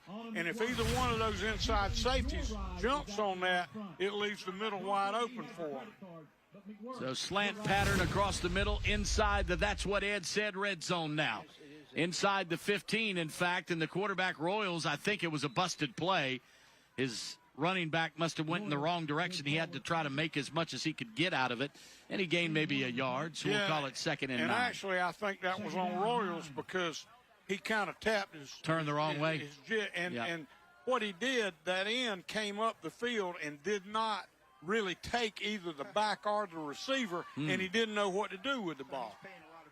Well, he gained a yard, so it's 2nd down 9. And he did the best thing he could. He just ate it because the worst thing you can do is make a pitch not feeling good about it. Ball at the 12-yard line. They can pick up a first down just inside the 4. They're going to throw the tunnel screen underneath, and he's got running room inside the 5. Could be a first down. Let's see where they mark it. It's either going to be 3rd and very short or 1st and goal. And, you know, I got to give him credit for a really good call on that play. I thought that was an excellent call. That was Hardwick again. Yeah, and he had a chance to, you know, to at least get in the first down or in the end zone and put him in a doable down on 3rd. 3rd and 1. Inside the 5. Goswick in motion. They hand it to him on the jet sweep. He cuts it back into the hole, and he is stopped. What a nice job by the St. James defender. I don't know who got to him first, but when Goswick got met at the point of attack, he was stopped immediately. Now, I'm going to kick the ball right here, and I'll tell you why I'm going to kick it.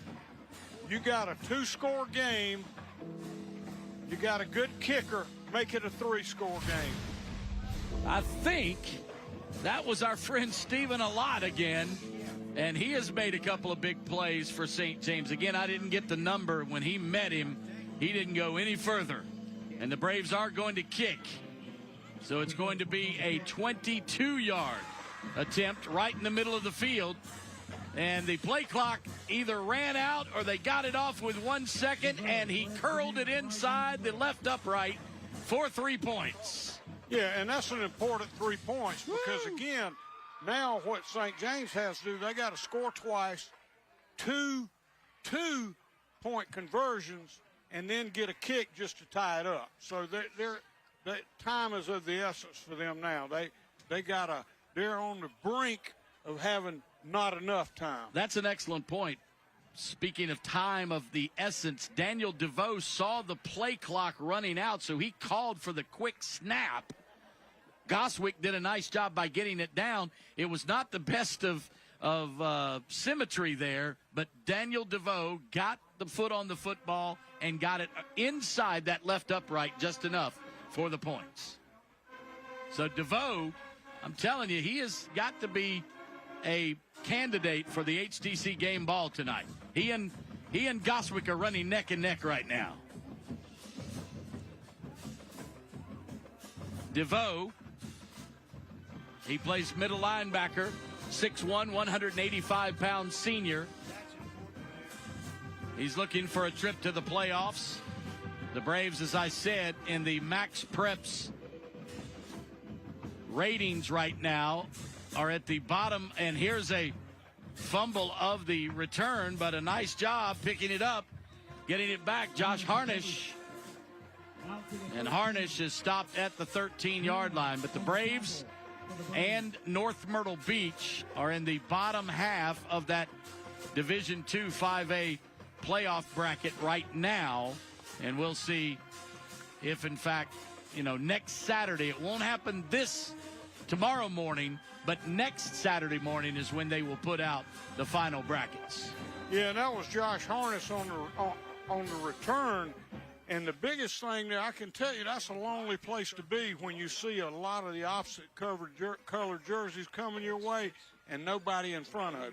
4:44 to play in the football game. Another tunnel screen this time is incomplete. He intended it for Sperling. And Sperling on the year, 12.6 yards per catch.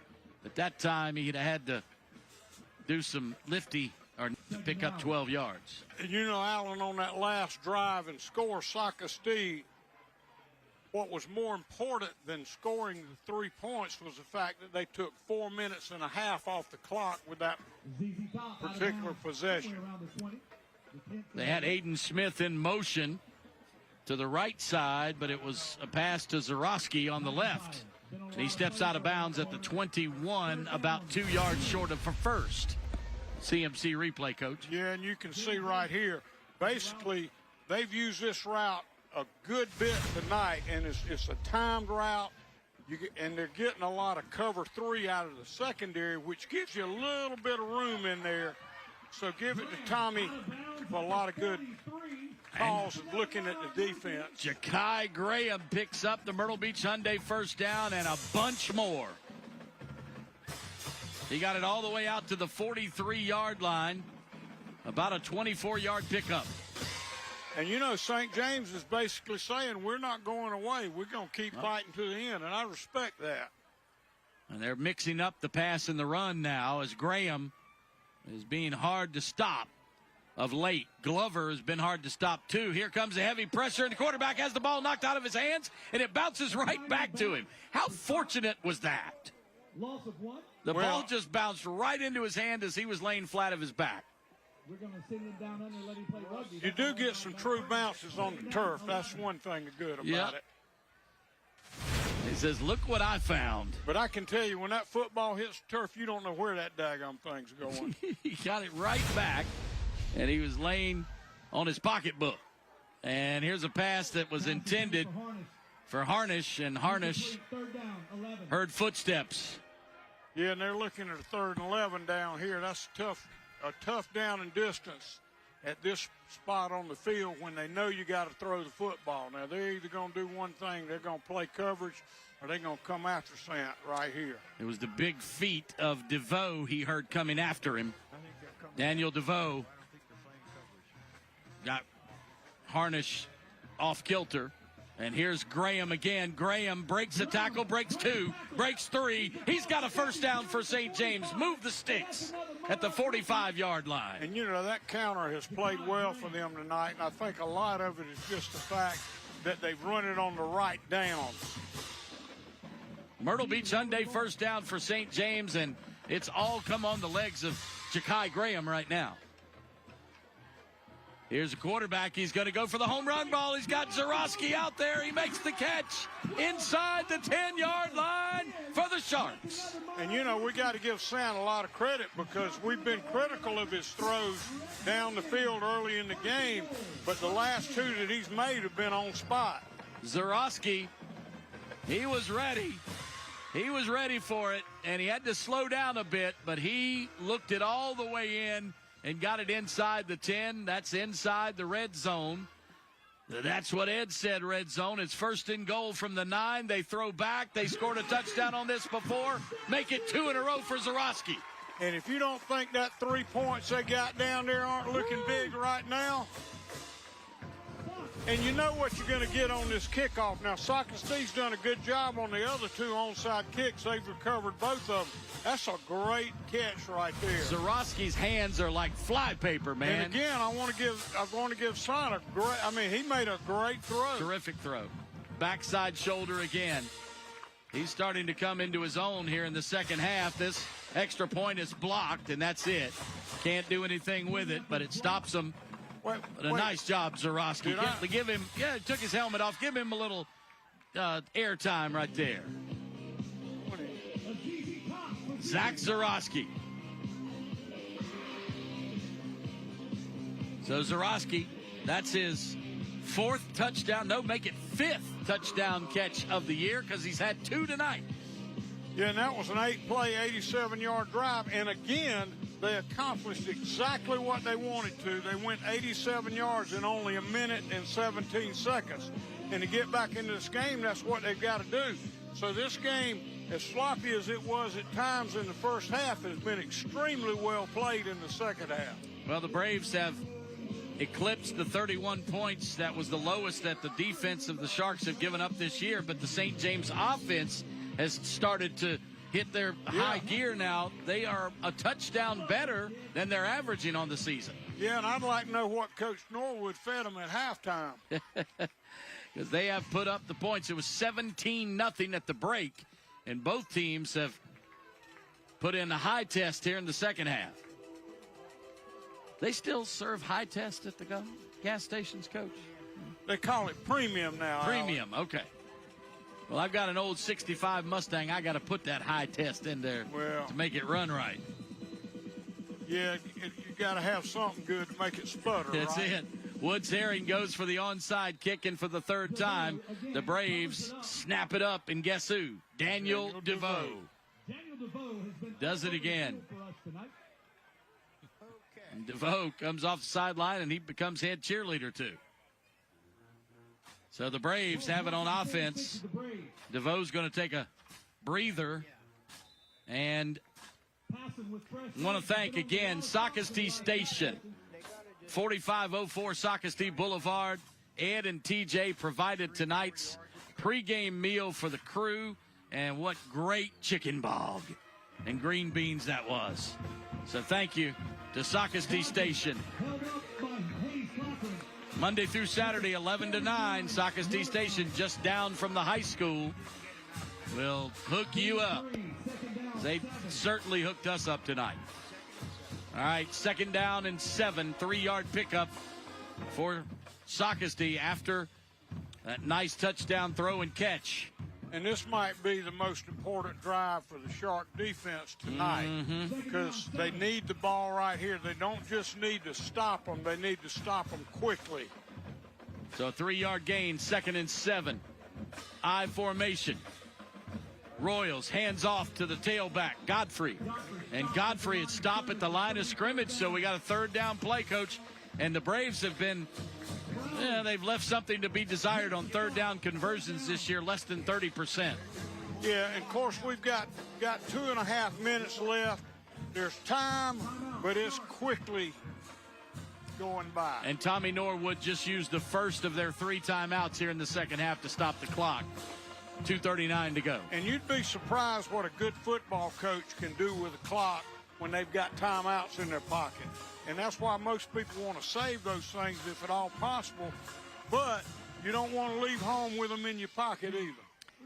Heard you and Coach Norwood just eavesdropped on your pregame discussion a little bit, but he was reminiscing about the good old days, how you and he used to, have to do things by hand that now is all electronic and whatnot. But he's an old school guy. He still likes to do it the old way, and he's played for some state championships like yourself. And we talked about breaking film and all that. Now the film does all of the breaking. And I think sometimes as coaches, maybe unless you go back and study that stuff, you don't get out of it what you do when you have to do it yourself. Now, I do appreciate the time that it saves. And he pointed out how expensive said software is these days, and too. It is. It's amazing how quickly that has developed. And here's a pass across the middle screen to Goswick. Goswick picks up the Myrtle Beach Hyundai first down and about 5 more for the Braves down to the 40 in St. James territory. And that was a big throw and catch then. I thought he did a great job of finding him coming across the field, and yet that was a risky play. Very risky. But Goswick got open behind the defensive line and in front of the linebackers. And Alan, the other part of that picture is if you know your personnel, then things aren't near as risky as they appear from the booth. 3 receivers to the wide side left. 1 to the near side. That's Brandon Green. He has 1 catch tonight. Royals out of the single back pistol. Trying to take as much time off the play clock as he could. He got it all the way down to 4 seconds before he snapped it.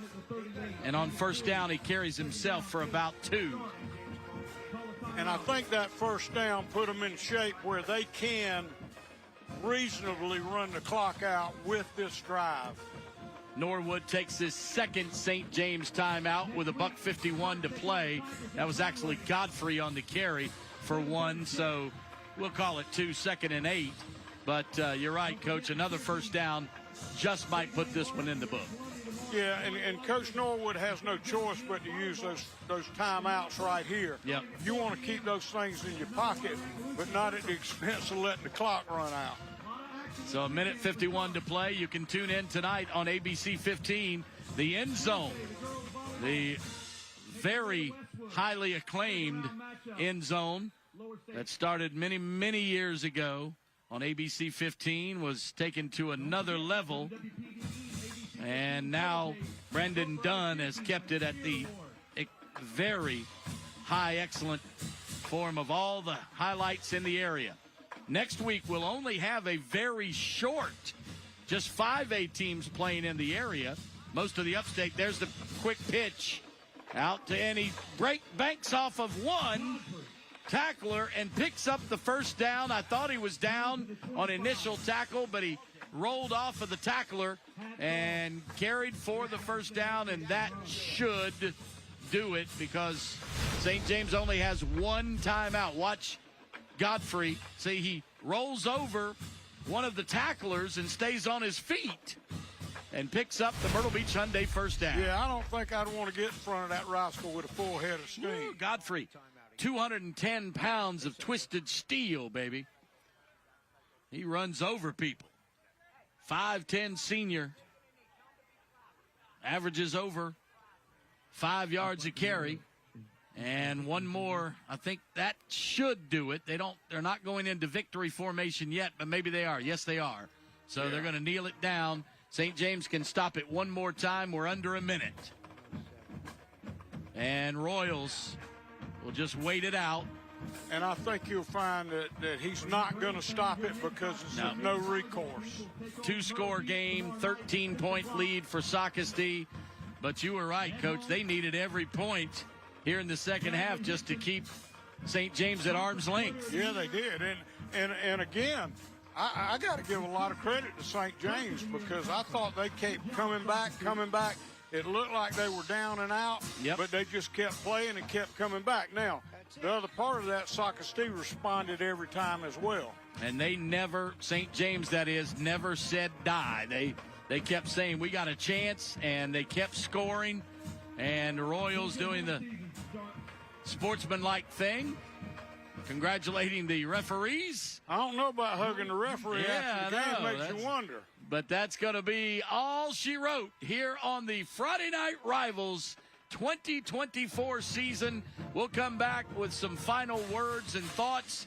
But your final game of the year, even though these two teams have another game to play next week, the final Socastee 33, St. James 20. We're back with our post-game wrap-up on the Conway Medical Center Friday Night Rivals. Leaving a legacy is about reaching the end of the track and making sure there's room for new things coming.